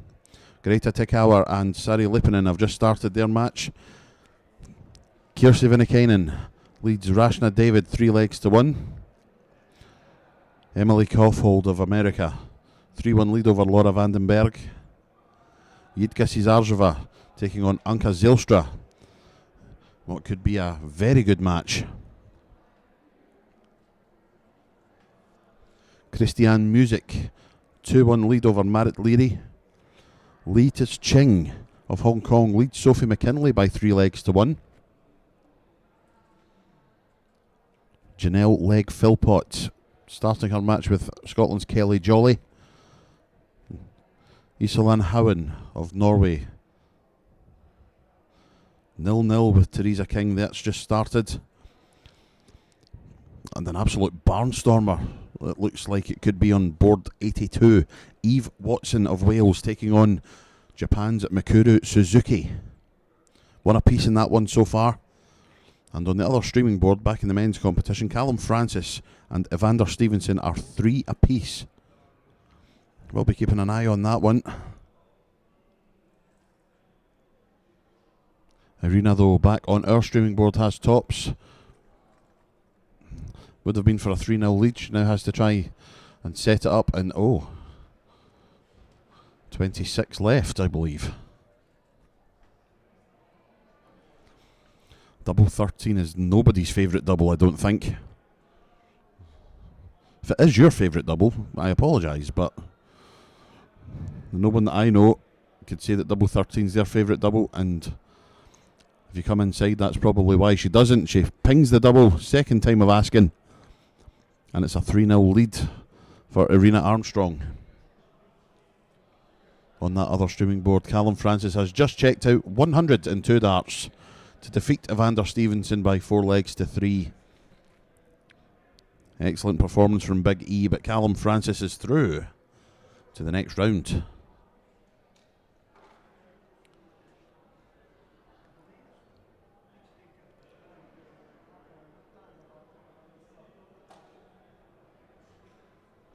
This is a standout performance from Irina Armstrong, currently averaging 90.74.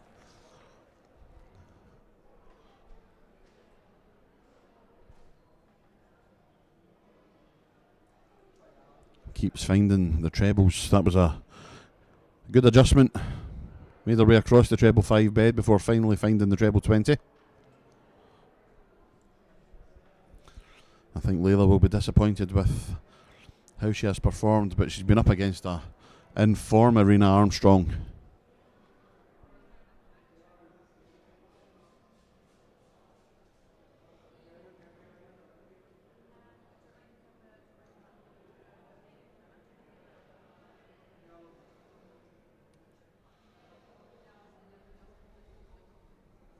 Yeah, you can see the frustration in Layla's face there. Should be 25 here for Irina. Indeed it is. We'll return for 167. Layla all the way back on 325. And just too many fives, costing her greatly. 167 then for Irina. Shots on, treble 19. Would she have gone for the bull? I guess we will never know. Wayward last start though, 83 left when she returns. And here comes Layla now. Keep it straight, leave yourself the big fish. Yes. Just in case Irina misses this 83, Layla will be hoping for a shot at 170, but I don't think she'll get one because double 16 for Irina. She's not really missed many. Well, she has this time. Go on then, Layla. Give us another big fish. Not to be. I've already had one big fish on the live stream that everybody apart from me looked at and saw. I was too busy muttering about something else. Double 16 though for Arena Armstrong, and it is a completing a 4-0 victory over Leila Brussell, averaging 87 or thereabouts, and a comprehensive 4-0 win. And Arena Armstrong makes her way through to the last 32 of the Women's WDF World Open.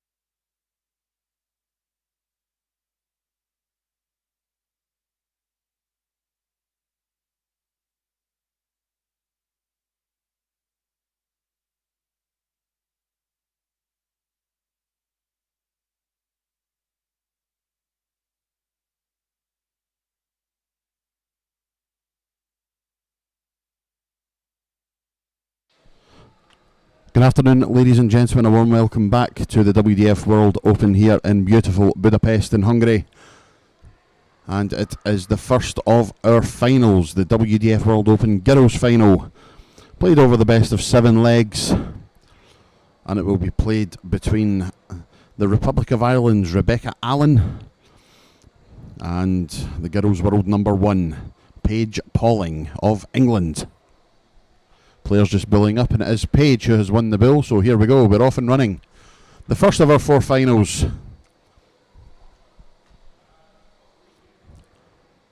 And Paige Pauling kicks us off with 60. A turn in response from Rebecca.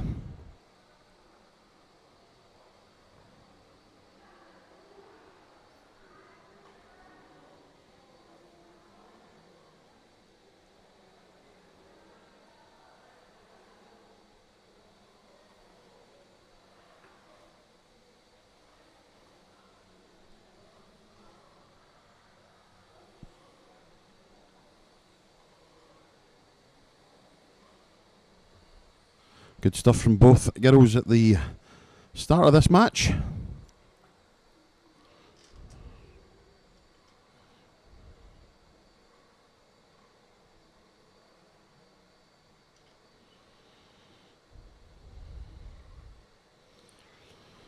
Paige has played 4 matches already to get to this stage. A 3-0 win over Lara Oravainen, a 3-2 win over Macy Gibbons, 3-0 over Gentle Franson, and in the semi-finals, a 3-0 win over Marie Huber to get to this stage.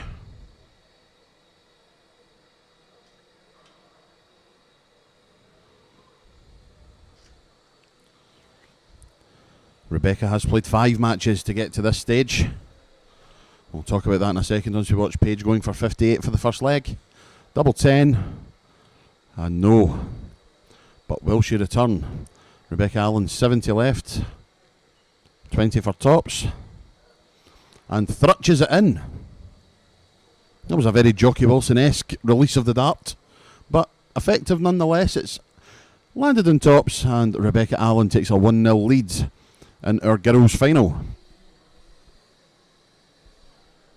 Rebecca has dropped only 4 legs all day. A 3-0 win over Lucy Shepherd in the first round, 3-0 win over Frankie May Flavelle, 3-2 against her compatriot Brooke Warren, and then a 3-2 win over Ingela Renlund of Sweden. That got her into the semi-finals, where she won 3-0 against last year's World Masters finalist Nicole Sescu-Gal.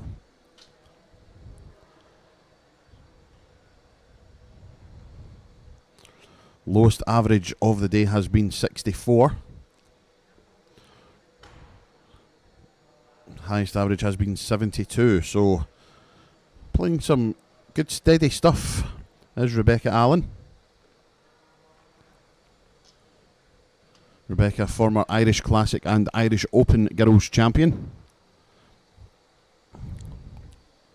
Would love to add the World Open to her CV.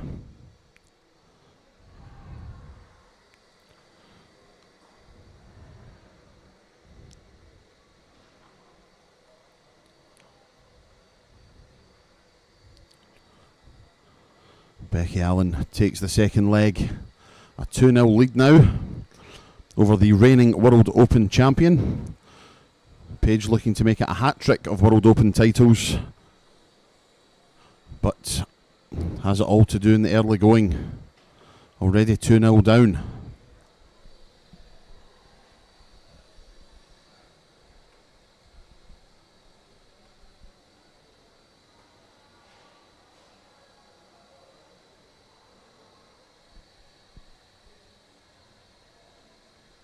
Match is still ongoing on the outer boards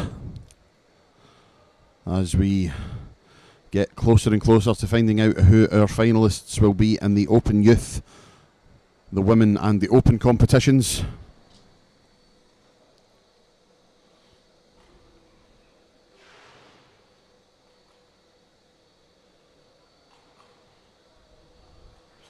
We have one player in the Open Youth semi-finals as we speak.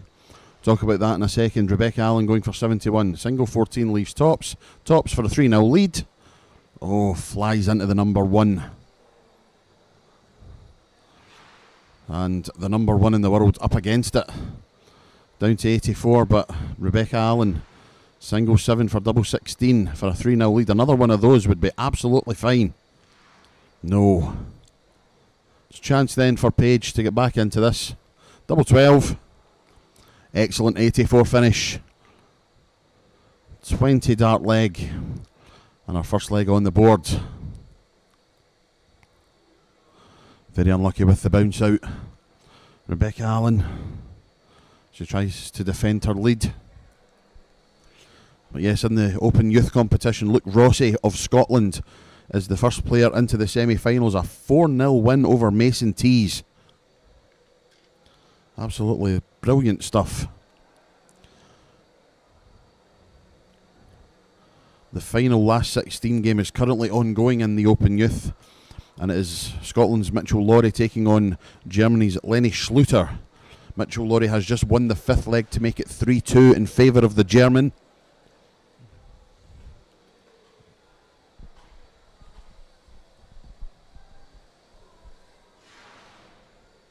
Last 16 ongoing in the Open and the women's competitions. As Paige Pauling, rueful shake of the head after scoring 6 with her first 3. That's an excellent recovery. 66 score to leave 138.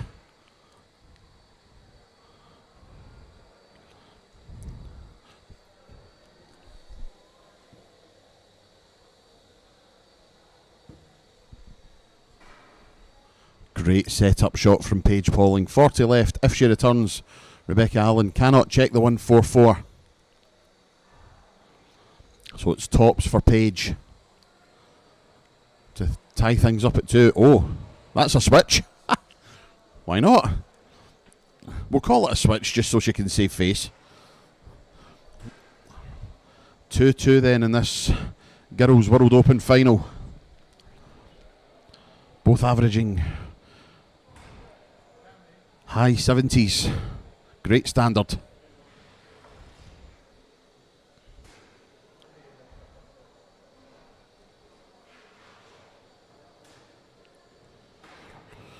Paige Pauling, 17 years of age. Number 1 girls player in the world. And will be playing in both the girls and women's Lakeside World Championship in a few weeks' time.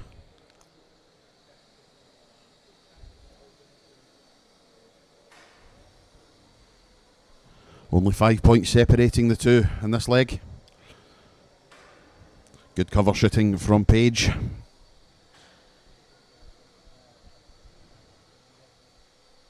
And from Rebecca.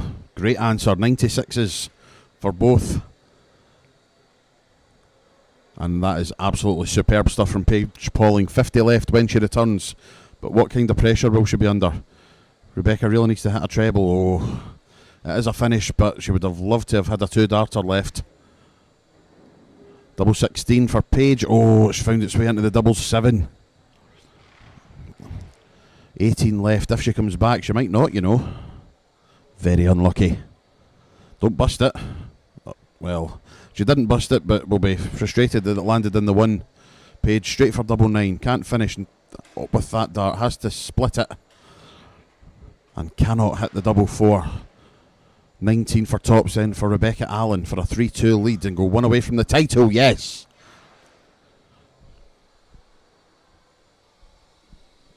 (3-2) to Rebecca Allen, who is now throwing for the title. Championship point. Good cover shooting.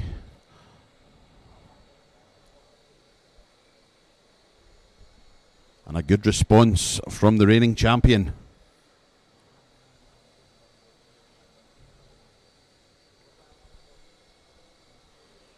Still averaging mid to high 70s, so the standard hasn't really dropped that much, although Paige will be kicking herself with that visit. Only 21. Needs to find a big score here to get herself back on track. And finds the 96. Only 3 points separating them.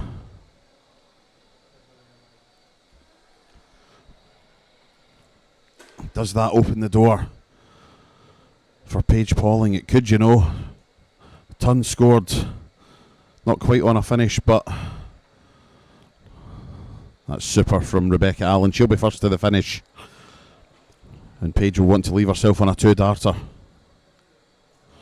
At the very least, and she can't do it. Only 59, 125. But it's 140 for Rebecca Allen. Can't do it now. Slight step over to the left. Only 40. 125 then for Paige. Treble 20 for Tops. Will stay up there. No. Finds the one, and you can see the frustration. So here we go then. Match point. Tops for Rebecca Allen for the title. Oh, something's frustrated her a little bit.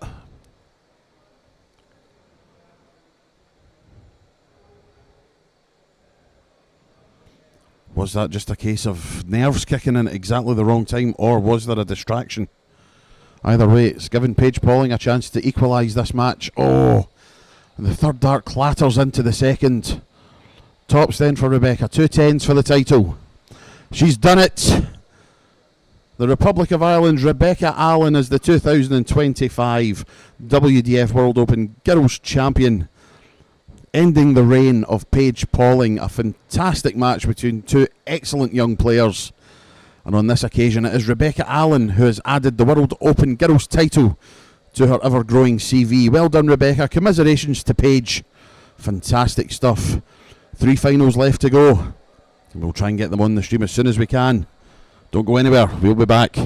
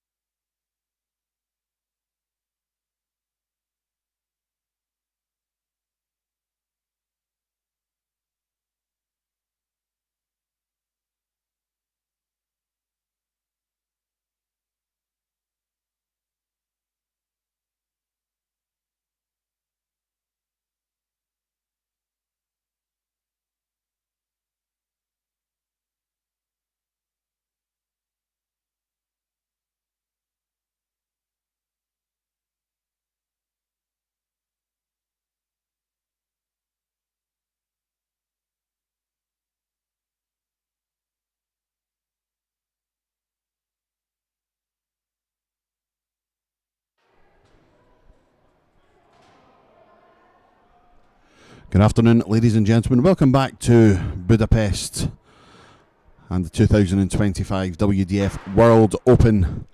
We have reached the ladies' final, and it is between these two young ladies, Norway's Rashna David and the Netherlands' Lorena Rietbergen.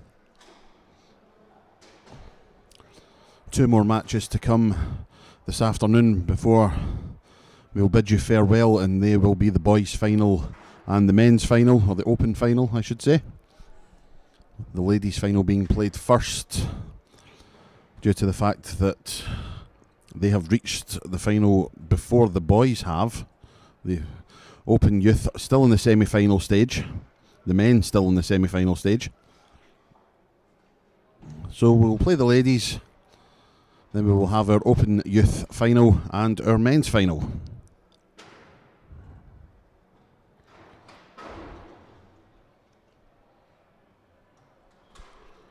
And it looks like we are ready to go. And it is Rashna David who has won the bull. And will throw first in this best of 9 leg encounter to determine the 2025 WDF World Open Women's Champion.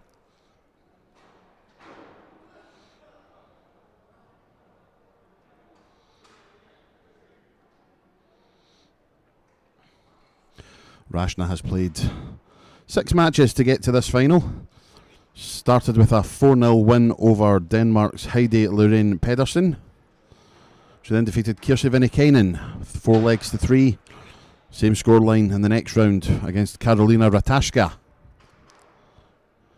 The last 16, a 4-2 win over Anne Wilcom of Germany.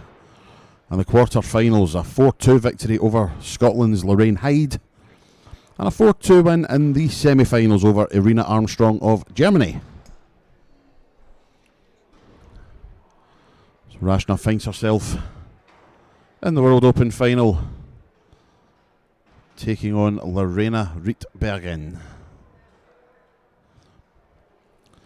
She started her challenge for the World Open with a 4-0 win over Josephine Kopp of Germany, a 4-0 win over Nanako Shimizu of Japan, a 4-2 win over Miyu Miyawaki of Japan, 4-2 victory over Emin Dursun of Turkey, and came out on top 4-1 in an all-Dutch affair in the quarter-finals, defeating Anka Zijlstra by 4 legs to 1. And I do believe that was a rather violent bounce out that nearly came back to meet Lorena,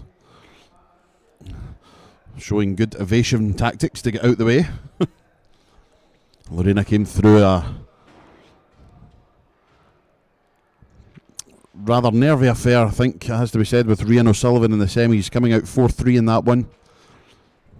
Both ladies not averaging anywhere near what they usually would, but like I've said many times before, they don't put averages on trophies. She'll just be delighted to have got through it and finds herself in the final. Rashna with 105 to take the first leg. Treble 15 would have left tops. Unlucky with the attempt at treble 18. That gives Lorena a shot at 70. Treble 10 would leave tops. 20 for tops now. Tops it is for the first leg. Against the throw, yes indeed.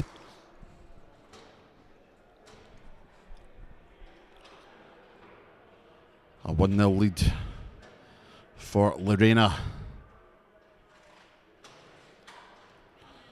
The current ladies' world number 1. That is, of course, due to the acceptance of a 2-year tour card from Bo Greaves. Off to test herself at the Professional Darts Corporation, and I've said it a couple of times, I will say it again, we wish Bo all the best with this new stage in her career. Very much looking forward to seeing how Bo gets on.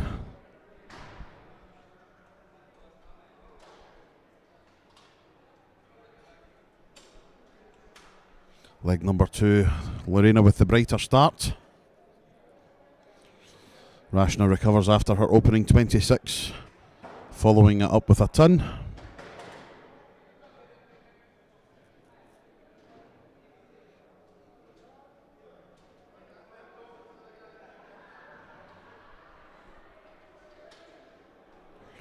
I do believe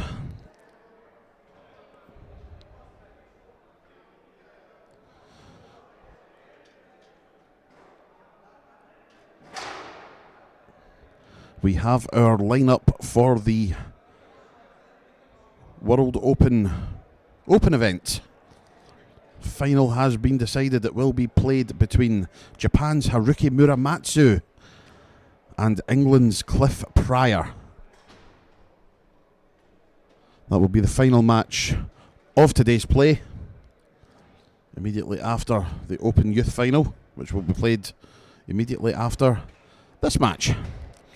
We know one of our finalists in the Open Youth, Benjamin Dopfer of Germany, has made his way to the final, and he will play either Mitchell Lawrie or Luke Rossi, who are currently tied at 3 apiece in a race to 4.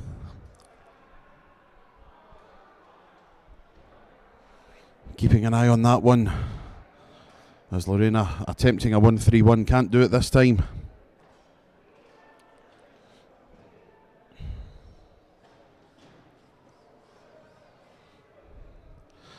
The big fish for Rashna. Shots on, another one of those. Oh yes, bullseye for a 170. Oh, so close. Misses it, missing it westwards into the 11. And Lorena comes back. She has 32 left, double 16 for a 2-0 lead, and that finds the 7. So back comes Rashna, 39 points. Single 7 for double 16. Just manages the single 7. Double 16 to restore parity. No, finds the single. Gives Lorena a chance at 25, and that will be 17 for double 4.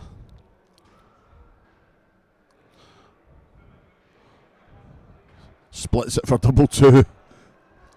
Very unlucky. That dart at double 4, a wild one. Uncharacteristically poor attempt from Lorena. Rashna comes back for double 8. Double 4.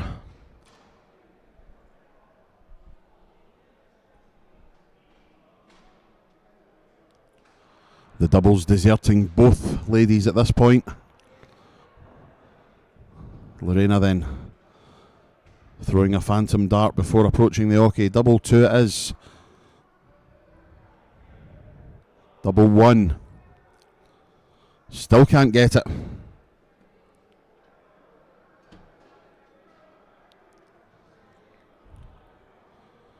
Rashna taking her time, approaching the oche. Same target, double 2.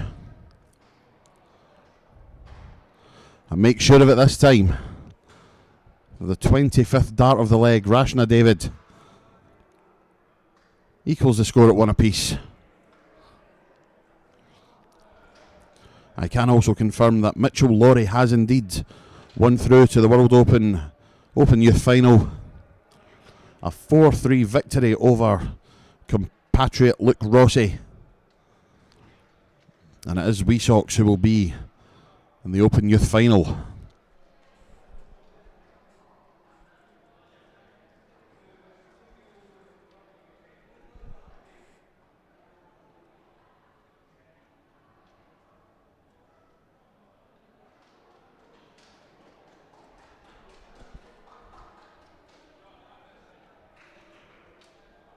No, Rashna off to a good start in this third leg.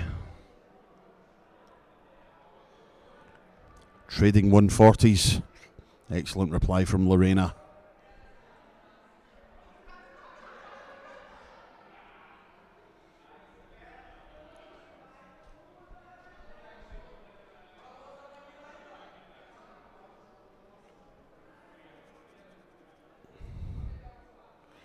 Back-to-back 140s. Excellent stuff from the world's number 1 in the WDF women's rankings.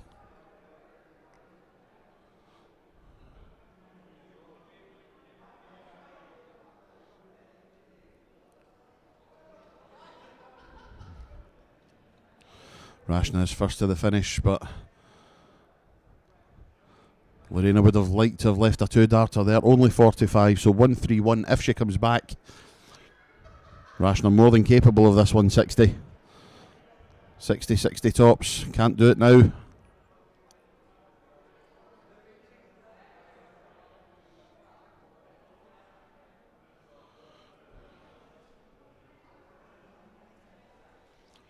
$131 shots on treble 13 or treble 17. 54. Misses the big number. The cardinal sin. Rashna back on 119. 62 left. Single 12 for the bull.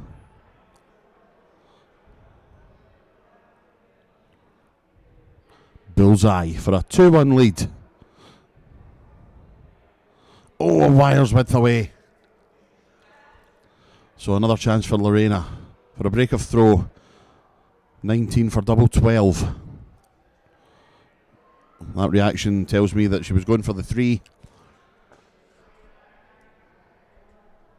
Gives Rashna another chance. 25 points on the board. Single 9, double 8, single 5, double 10, single 12, double 6.5.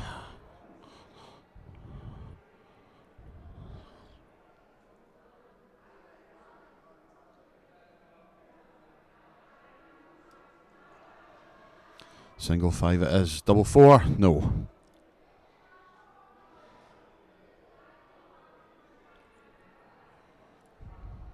Double 6.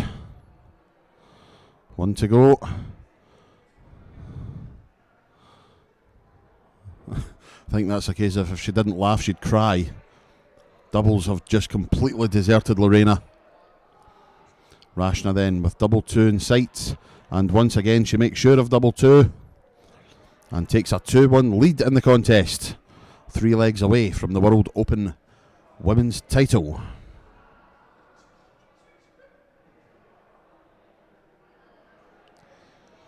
Good start, 97 for Lorena.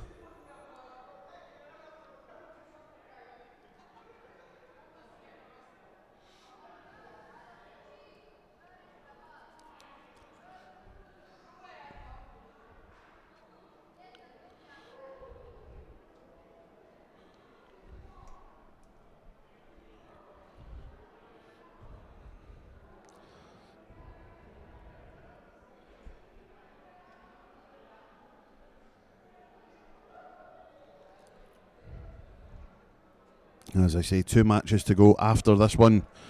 Our Open Youth World Open final played between Benjamin Dopfer of Germany and Mitchell Laurie of Scotland. Mitchell will have to be considered the big favourite for that one. Just as well it's Halloween because he is scary good. Then our World Open final, Haruki Muramatsu of Japan and Cliff Pryor of England will battle it out to become the 2025 World Open champion.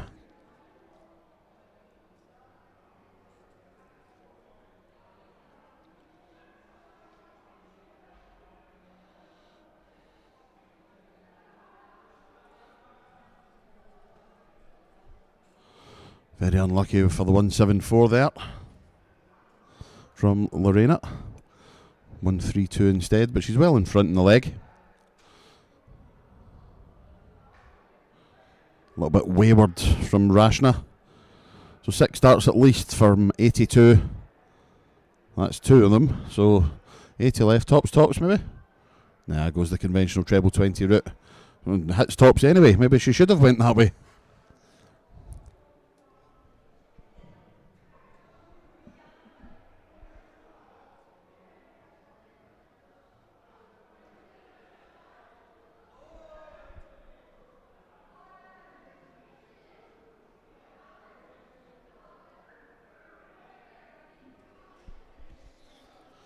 Well, down to 125, but it matters not as Lorena finally finds the doubles. And double 10 gives her her second leg. And we have Desmond in the World Open Women's Final. 2-2.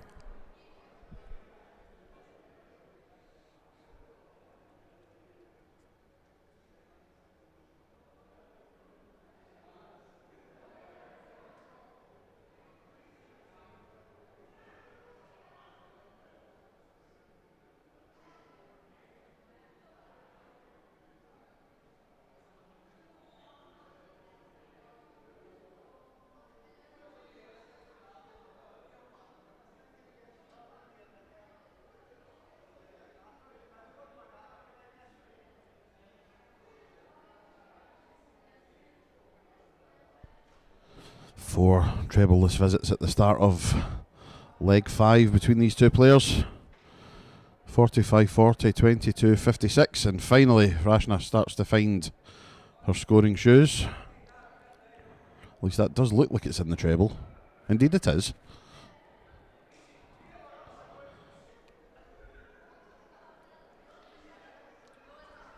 And treble found from Lorena also.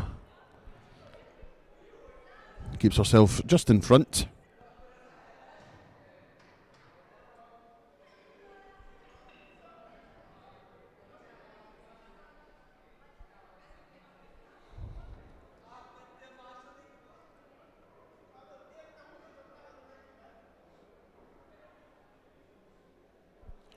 Only 40 in response to a ton from Rashna, so Lorena falls behind in the leg. Not much in it though. 2-5-3, a straight ton would leave a finish. Lorena has to have a 2 treble visit if she wants to leave a finish. Not that treble though. Only 55.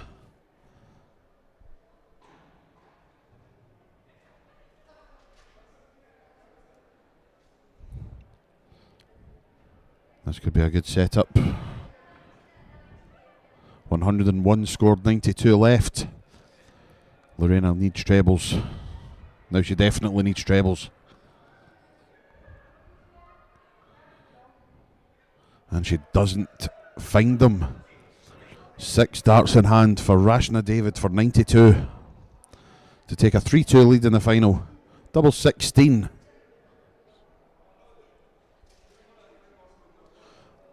Superb marker, if she can use it. She can, and she does. A 3-2 lead now for Rashna David. A lovely 92 finish. The match going with throw. But it is Rashna David with her nose in front. 3-2, race to 5.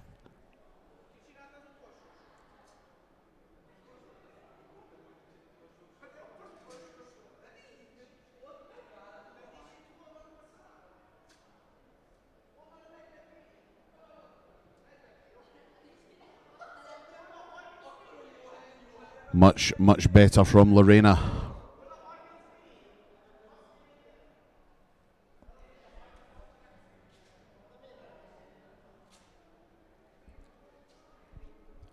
Now we will be seeing Rashna back on our screens tomorrow. She is in the semi-finals of the WDF World Masters Women's Competition. She'll be the first women's match on against Dita Hedman.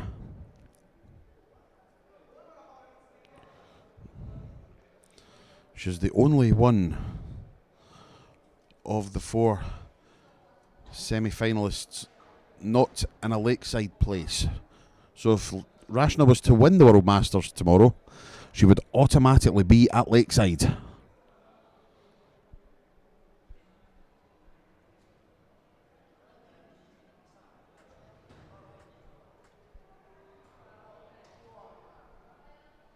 The other 3 semi-finalists, Dita Hedman, Lorraine Hyde, Sophie McKinley, their place is already safe for the Lakeside World Championship.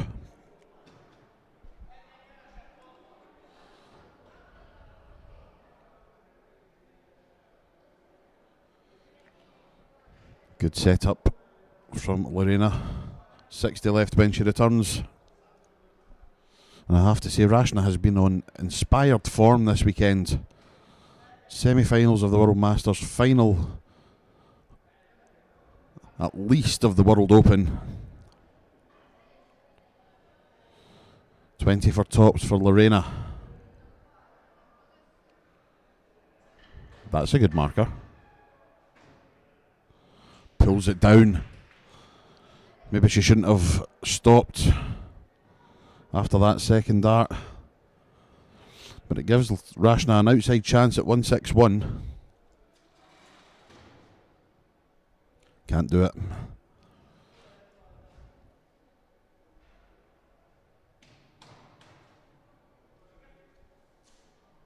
And only 30. So Lorena, double 10 to take us to 3 apiece.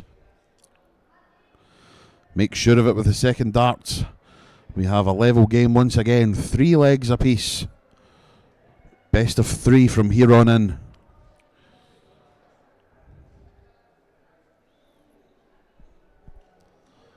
And it is Rashna who starts leg 7.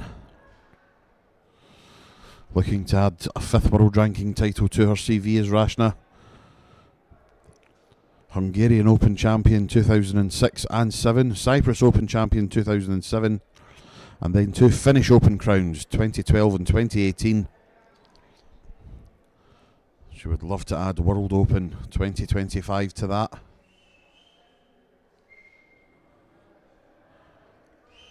Lorena's had a magnificent couple of years, picking up a plethora of world ranking titles. 2024 she won the Antwerp Open, Finnish Masters, Finnish Open, Italian Grand Masters and Malta Open. And this year she has won the Belfry Open, the Catalonia Open, the Iceland Open, the Romanian Classic and the Hungarian Masters, along with the FCD Anniversary Open also. Magnificent player is Lorena, and well deserving of her position in the rankings.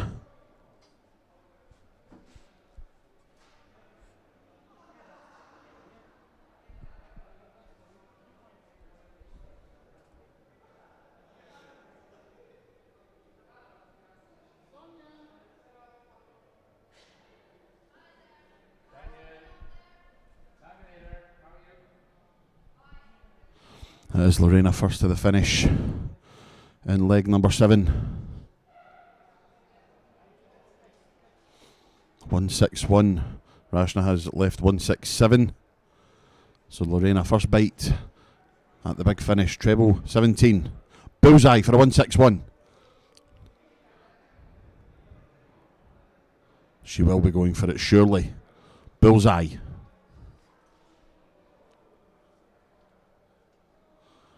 Well, I stand corrected. She was taking that long to deliberate. I thought she was composing herself for a dart at the bull, but instead tries to lay up. Has laid up, but not the way she wanted to.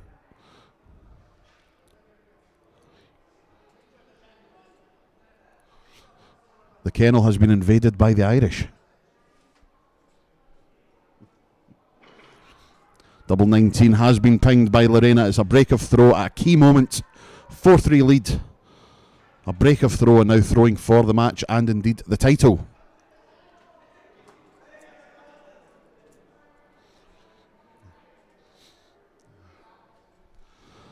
Yes, my commentary box has been christened the kennel this weekend. That's where the pup is. Can thank our referee Lee Roger for that one. Just had a visit from Kevin Devaney, Mr. Irish Darts himself, and Christopher Curran, who is Dart Connect Europe's representative. He has been our tournament director this weekend for the World Masters. And a splendid job they have both done. Kevin's been looking after us also, patrolling the boards, making sure everything's running smoothly, helping with the checking in and the registration in the mornings. Thank you both very much for your help this weekend, lads.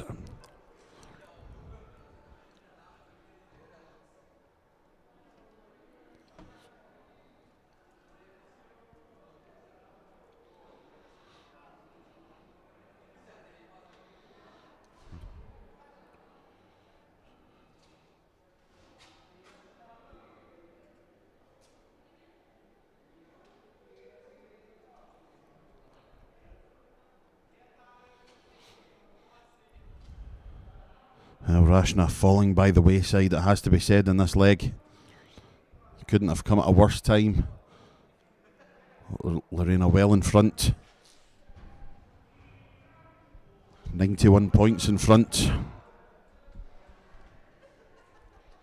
Rashna needs a big score here. Has to find trebles, has to find them now.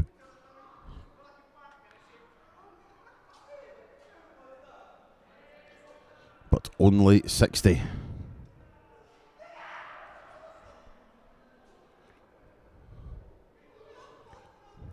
First to the finish then, Lorena. She'll be back for a shot at 132. Rashna back 304. Making significant inroads here. And she should be on a finish. She is on a finish. 140. 164 left. So 132 then for Lorena Bergen for the title. 118 left.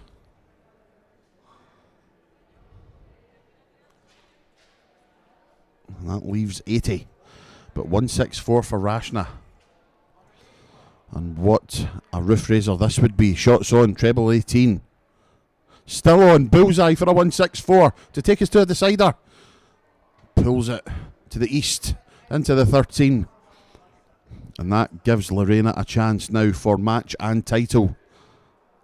80 points away from victory. And there is the treble 20. Double 10 for the World Open Women's title. Double 5. And that is very high. Here comes Rashna then. 37 points away from taking us to a decider. A decider that she will have the darts in. Single 5. Double 16 then. Don't think she was convinced that was in for a minute, but it definitely is. That's double 7. She was ready to walk. 18 left. Double 9. Pulls it into the single. And another break point goes begging. Now then, Lorena Bergen. 10 left. Double 5. Pulls it. And busts the score. Giving Rashna another chance. Has to make sure of the big number. And that big number will be 1. Double 4. To take us to 4-4. And she's made sure of it this time. Gifted a chance. And we have a decider. 4 legs all. Sensational stuff. Rashna throwing first in this 9th and deciding leg.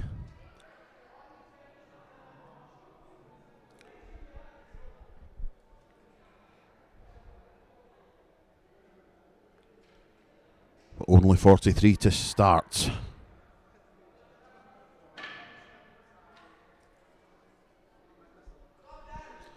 Well, a wayward dart into the 18 there, but has found at least one treble, so early advantage to Lorena. But back comes Rashna. And a wayward one from Rashna also into the 4.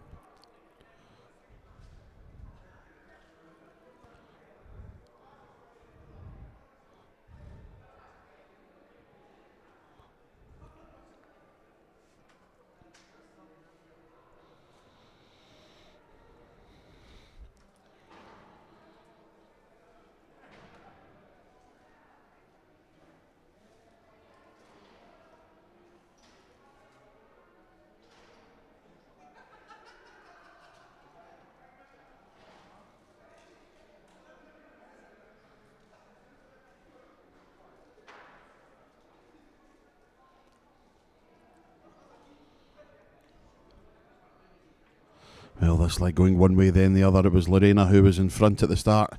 It's now Rashna pressing home an advantage. 134, an excellent visit. Takes her down to 180. 98 points in front of Lorena.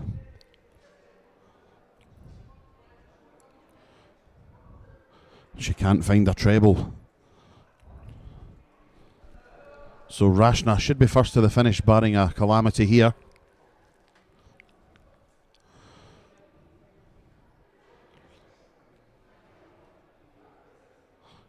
Excellent ton. Really turned it on the past 6 starts. 134 ton, 80 left. And it's Lorena now who seems to be falling by the wayside. Only 41, so 6 starts at least from 80 for Rashna David for the World Open Women's title. Treble 20 for double 10.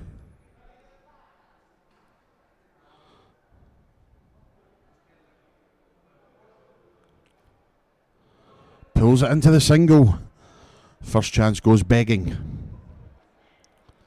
Lorena needs to apply pressure. She's doing exactly that. Excellent stuff. That gives Rashna something to think about. Lorena will wait. She will have tops if she comes back. But it's Rashna David. And Lorena can do nothing about this. Double 5 to take the title. Oh no, she's fallen into the single. And another match point goes begging. Lorena then tops. And she's stolen it. It looked like it was Rashna's to win. But Lorena Rietbergen pings tops and closes out a 5-4 victory over Rashna David. Super stuff. It went one way, it went the other. They've given us an entertaining final. Lorena Rietbergen is your 2025 WDF World Open Women's Champion. And we'll be back in a few minutes' time with our penultimate match of the day. And that will be the Open Youth Final.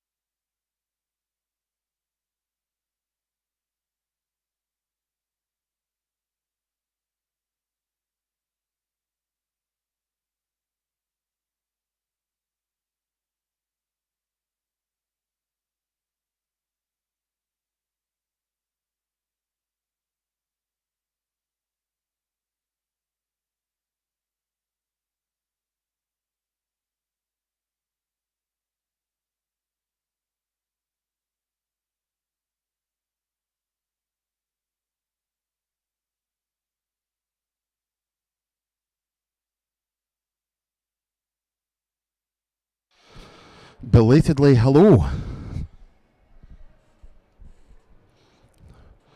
A late start for me to this one, but we are underway in the Open Youth Final of the WDF World Open.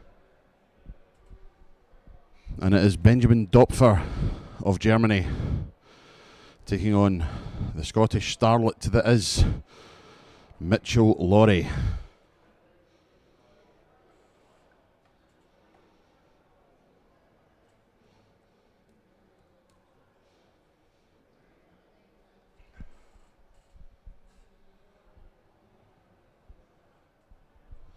Ton 60 in this second leg from Mitchell. Race to 5. 59.43 for Benjamin. Follows that up with an 81. But as Mitchell 18 points in front plus these.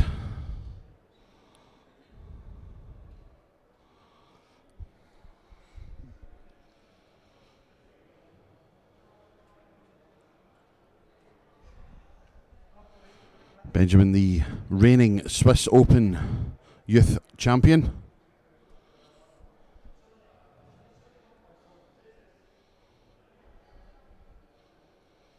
Mitchell Lawrie, the holder of the Belgium Open, the British Open, the Scottish Easter Singles, the Welsh Open and the Irish Open Youth titles.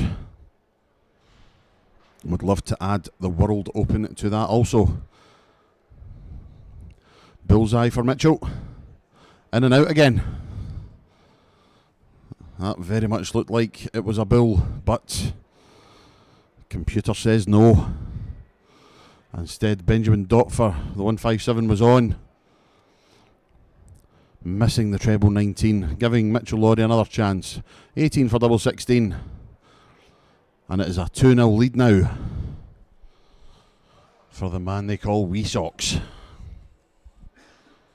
Has 2 senior world ranking titles to his name, the British Open and the Welsh Open, both won this year. Both part of double headers that Mitchell achieved, winning the Open Youth and the Open itself.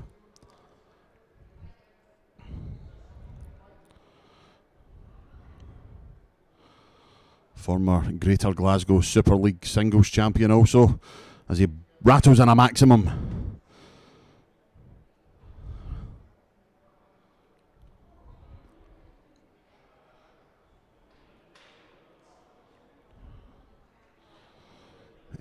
Excellent stuff from Mitchell. Another one? Why not?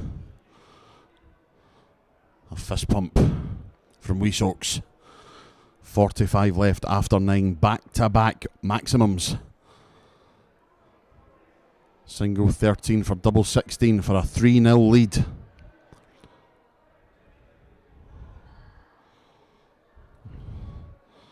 First one very close. And Dopfer not going for the 18s at all in 2.62, which I disagree with. But Lawrie, double 16, makes sure of it with the second dart and now leads 3 legs to 0 over his German opponent. A 14 dart leg, 2 away from victory. And yet another youth world ranking title to his name.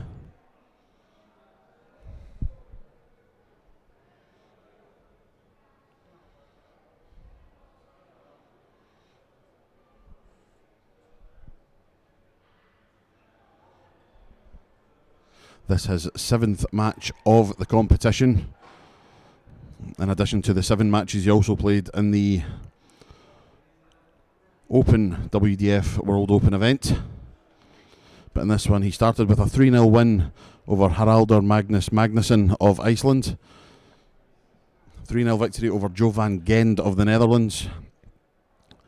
4-0 win over Simon Hajek of Czechia. He then came back from 3-0 down to win a last 16 game 4-3 against Lenny Schluter. Cedric Canisius was his victim in the quarterfinals, another 4-0. And then beat his Scottish compadre Luke Rossi 4 legs to 3 in the semi-finals. So it's been a fantastic run so far.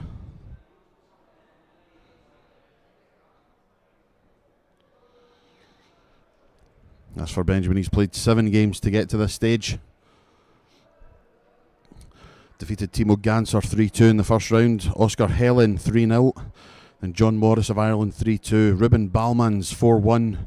Taylor McGuckian in the last 16 4-0. James Wright in the quarters 4-2. And then in the semis a 4-1 win over Kaya Basel to make it into the Open Youth World Open Final.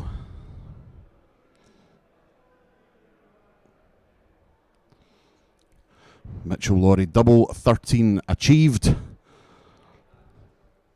Another excellent leg of darts. And just like that, he is on the cusp of the World Open title. Averaging just a shade under 90, playing some tremendous stuff.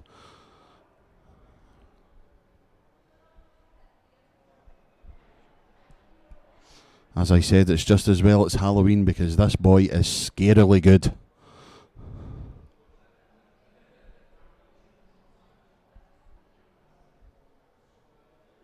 This is more like it from Benjamin Dopfer. Marvellous maximum from the German. And Mitchell showing his appreciation.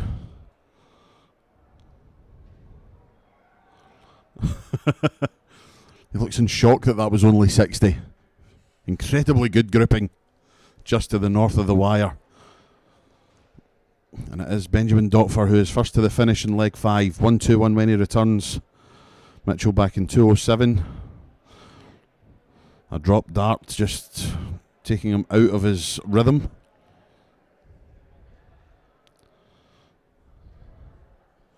Oh, and he's left himself on a bogey, 165. The shot's still on. He's managed to hit a 17 somehow. That was just hanging on for dear life there. He will be back for 68. Mitchell applying the pressure. Which way is he going to go? 13 for double 16 if he comes back. 68 for Benjamin Dopfer. That's 8 of them. 20 for tops. Tops to get a leg on the board. Just a little bit too far north. So here comes Mitchell. Double 16 and double 16 it is. And a rout from the young Scotsman. A 5-0 victory in the final of the World Open Youth. 5-0 with an 88.41 average. A scintillating performance from young Mitchell Laurie. He is your 2025 Open Youth WDF World Open Champion. Commiserations to Benjamin. He's had a fantastic run to the final. But it is Mitchell Laurie who is the champion. And we'll be back in a few minutes' time with our final match of the day. And that will be the Open Final of the WDF World Open. And we'll see you there in a couple of minutes' time.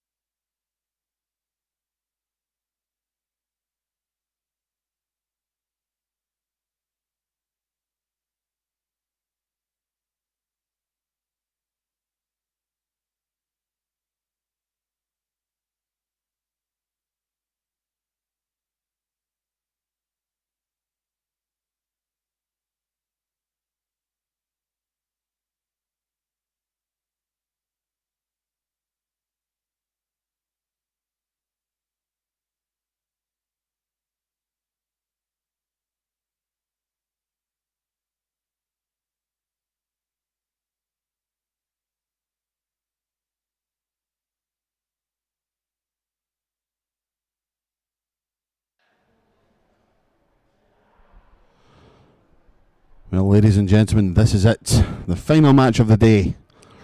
And it is the Open final of the WDF World Open. Japan's Haruki Muramatsu takes on England's Cliff Pryor. It is Muramatsu who has won the bill and will kick us off in this best of 9 leg final. First to 5 for the World Open title. This is the 9th game Haruki Muramatsu has played today. Started 4-0 in his first match against Jaroslav Novotny of Czechia. Then defeated Jose Villamor of Belgium 4 legs to 3. Salt Bai was his next victim, 4-1 in the last 1-2-8.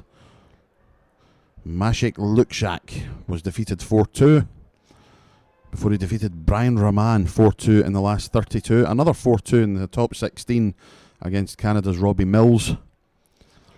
A 4-1 victory over Pat Scurfield in the quarters and a 4-0 win over David Pallett in the semis sees Haruki Muramatsu into the final.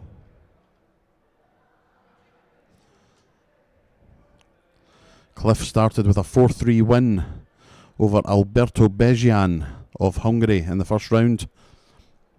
He then defeated William Bonvecchi of Italy 4-0. Karsten Hoffman 4-2 in the last 64. Daniel Bayer of Austria 4-3 in the last 32. Then defeated Anthony Brown 4 legs to 3 in the last the last 16. 4 legs to 1.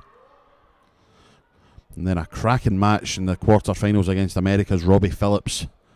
The Robots playing some good darts, and Cliff had to be at his best, both averaging in the 80s as Cliff won 4-3.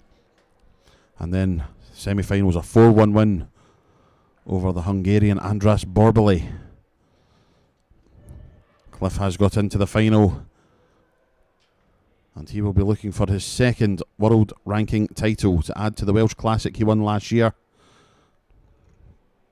Misses tops for a 76 to take the first leg. And Haruki Muramatsu, 108, goes the 19 route. Treble 19 would leave double 16, indeed it does. 2 16s for the first leg. No, not this time.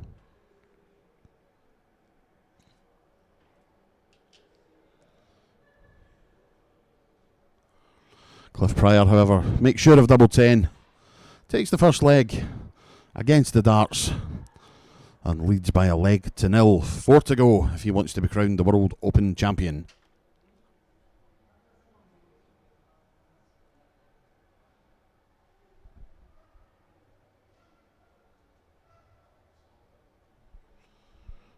Believe it or not, a victory here for Haruki Muramatsu would be his first WDF World Ranking title. He's been a winner of the Asian Championship on the PDC circuit. Won a gold medal at this year's WDF World Cup in the overall category for Japan. And he has 3 wins on the PDC Asian Tour, but has never won a WDF World Ranking title. Could this be the day that changes? 140, 135 at the start of leg 2 as he looks to immediately break back.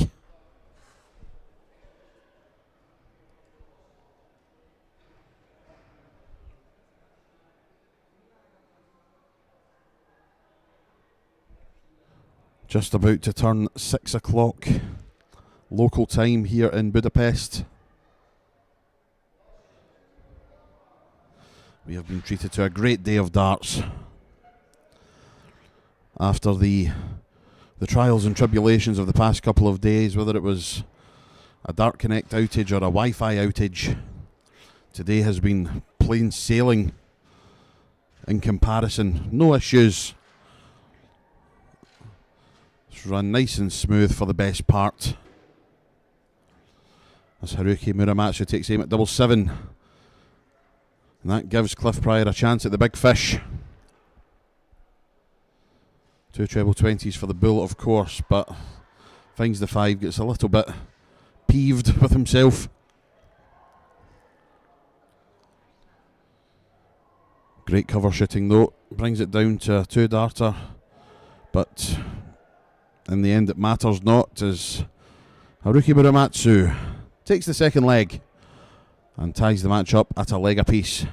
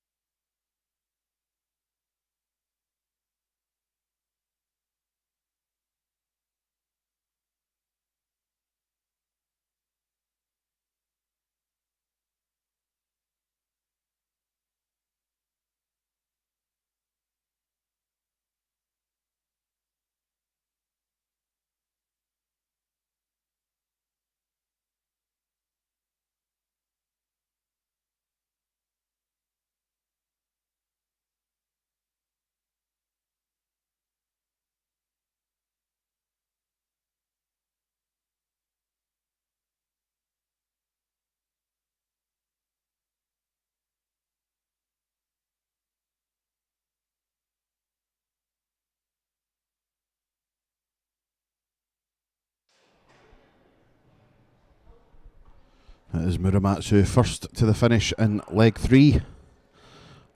161, but not to be on this occasion.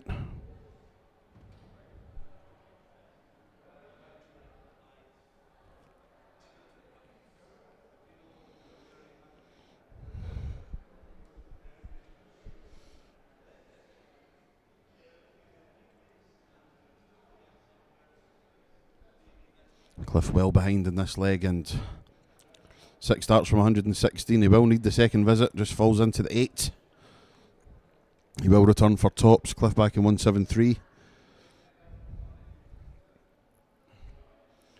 I was going to say he should go 19s, but if he's hitting treble 20s, it doesn't really matter. Tops, however, for Haruki Muramatsu. Double 10. Not to be. So Cliff Pryor, from absolutely nowhere in the leg, has a chance at 74 to break straight back and take a 2-1 lead.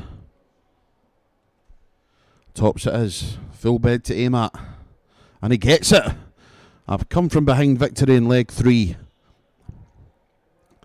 Cliff Pryor takes a 2-1 lead in the contest.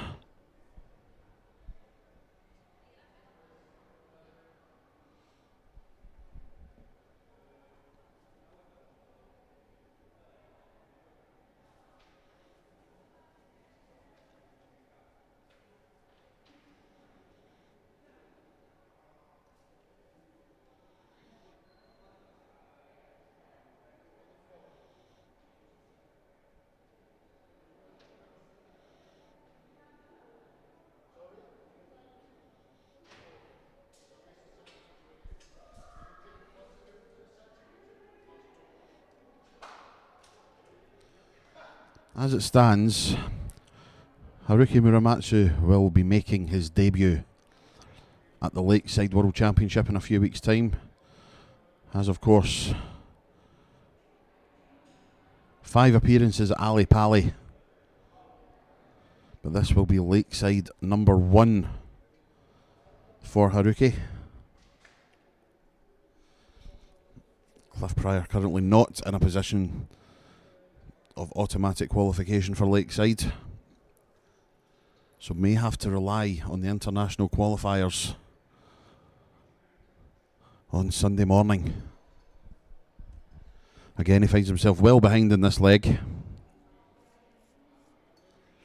but doing his best to try and rectify that, but just finding the 5s. And Haruki Muramatsu 161. That's only 40, so probably come down and plonks one in the bull. 71 when he returns. Now, can Cliff produce some more magic? At this point, no, he can't. Can't leave a finish now. 171 left, 100 points behind Haruki. He will go treble 13 for double 16. to take us back to 2-2. Make sure. Uses all 3 darts. Why not? You've got them, you might as well use them. Restores parity at 2 legs apiece. We now have a best of 5 from here on in.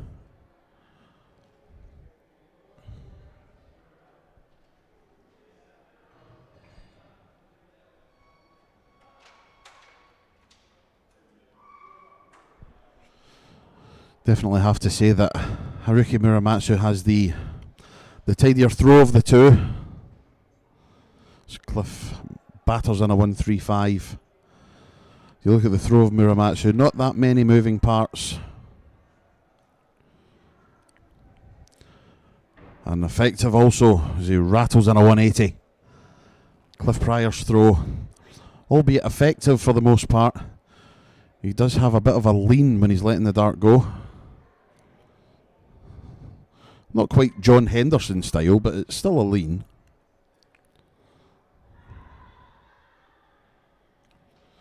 Down Haruki will come.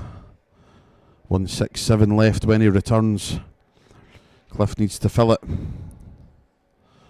Needs 3 big trebles to leave a finish.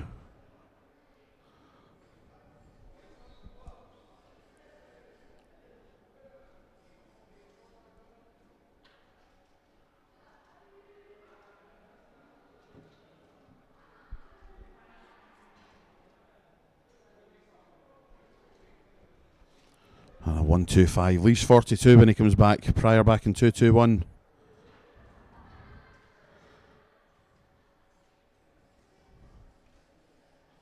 Excellent darts from Cliff Pryor. 95 that looked like a ton 40, I have to say. But Muramatsu 42. Double 16. And he takes a 3-2 lead in the contest. 2 legs away from victory. Cliff Pryor then. What can he do at the start of leg 6? Score a maximum, is that the answer? Oh, very close. 1-2-3. Very close. Just the wrong side of the wire. And a good 60 from Haruki. That was all around the wire also.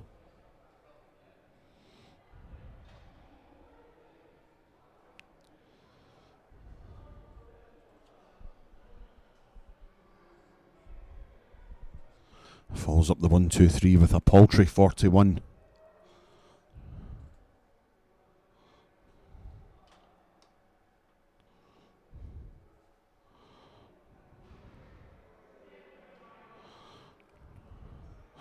As always at the WDF World Masters weekend, a healthy Japanese contingent in attendance.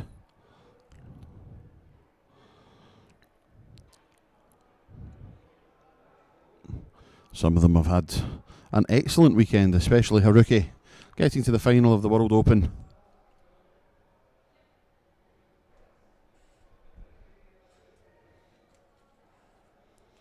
And it could get even better because he could become the World Open champion.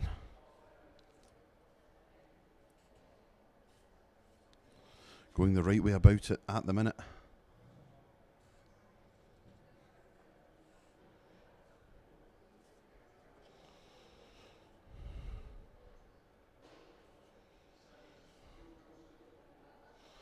Tomorrow, of course, the penultimate day of our Festival of Darts here in Budapest as we conclude the WDF World Masters. And then on Sunday, the all-important Lakeside World Championship qualifiers. But back to the here and now, and Muramatsu was on the big fish. And he's very unlucky with that second dart just falling underneath the bottom wire of the treble 20. 109 then for Cliff Pryor, and he's gone the 19 route. Has hit a 7, so he cannot finish now.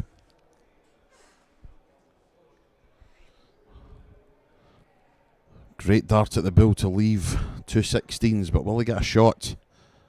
Might not. Double 12 for Muramatsu for a 4-2 lead. Yes, indeedy. And the man they call the Rising Sun. Now 4-2 in front, and needs just one leg to win his very first WDF World Ranking title at the age of 48.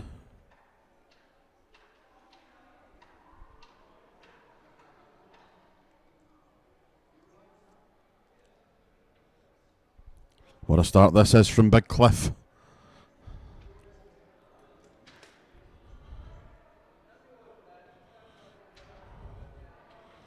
Must be a thing if you play darts and your name's Cliff, you have to be quite a tall chap.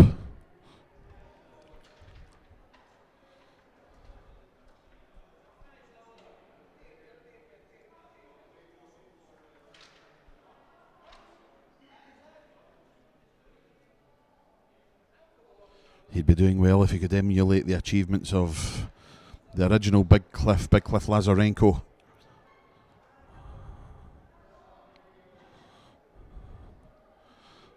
But he is this generation's Big Cliff.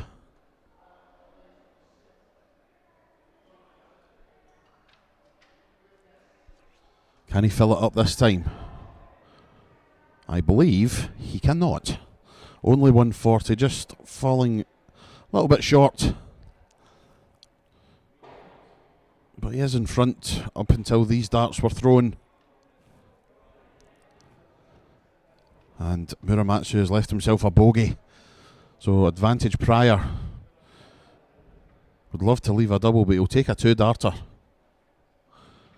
Excellent stuff. Absolutely superb throwing from the big Englishman.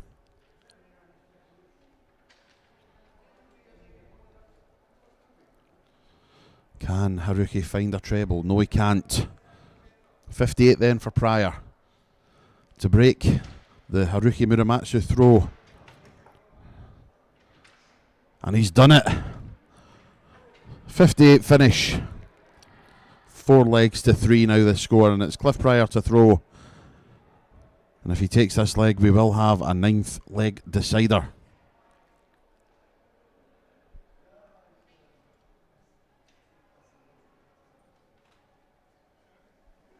Super last start.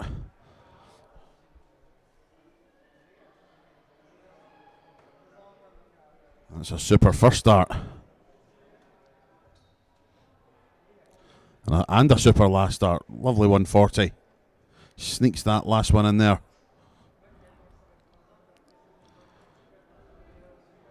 But back comes Cliff. 95 followed by a ton.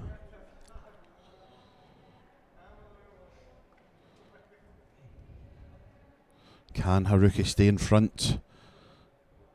Well, he is in front, but only by 5 points. Had the opportunity to put a little bit of daylight between him and Cliff Pryor, but unable to. And only 60 in response from Cliff. So this could be another chance. 140 would leave a finish. Plenty of room under that dart. Oh, nearly. But only a ton. Still keeps his nose in front, but Pryor should be on a finish after these. Could be a 2-darter. Oh, and again at that last start, just unable to join its colleagues in the treble 20 bed. So he's got 1, 2, 3 left, but Muramatsu could be on a double. Treble 19 the target. Oh yes, 177 to leave double 12. And now Cliff Pryor, it's a must. He has to take this out. And he won't. That's treble 7, 102 left. Should go for the bull here. Muramatsu, a magnificent 177 to leave double 12 for the title. Excellent marker if he can use it. No! Match darts spurned. Championship darts spurned. Cliff Pryor then, 64. There's the treble 16 for double 8. Oh yes, we've got a deciding leg. What a final this is turning out to be. And it is the man from Japan throwing first in this deciding leg.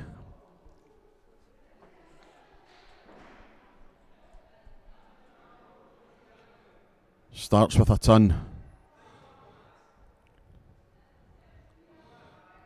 Will Haruki Muramatsu miss out on a first world ranking title? Or will Cliff Pryor miss out on a second world ranking title of his career?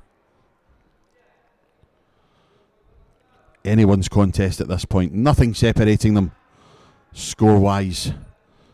Trading tons at the moment. Ton to start this last leg.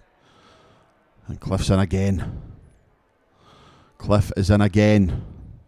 Cliff finally fills it up. Outstanding maximum. Pivotal moments in this match. And it is Haruki Muramatsu who will flinch first, finding a dart in big 5. 5 points ahead, but he has thrown 3 darts more. Advantage Pryor. Moving over to the left. And finding the treble. 1-2-1 left. And that is a match point lie. But Haruki, a ton of his own. He'll wait in 116. Will he be given a chance? Cliff Pryor will hopefully say no. Great first start. 11 for the Bull. 11 it is. Bullseye for the match and for the title. And it's just a fraction outside. 116 then for Haruki Muramatsu. Treble 20. Still treble 20. Double 18 for the World Open title. Oh, it's the wrong side of the wire. Double 1. Heartbreak for the Japanese. And Cliff 25 points away. There's 9 of them. Double 8 for the title. Unbelievable stuff.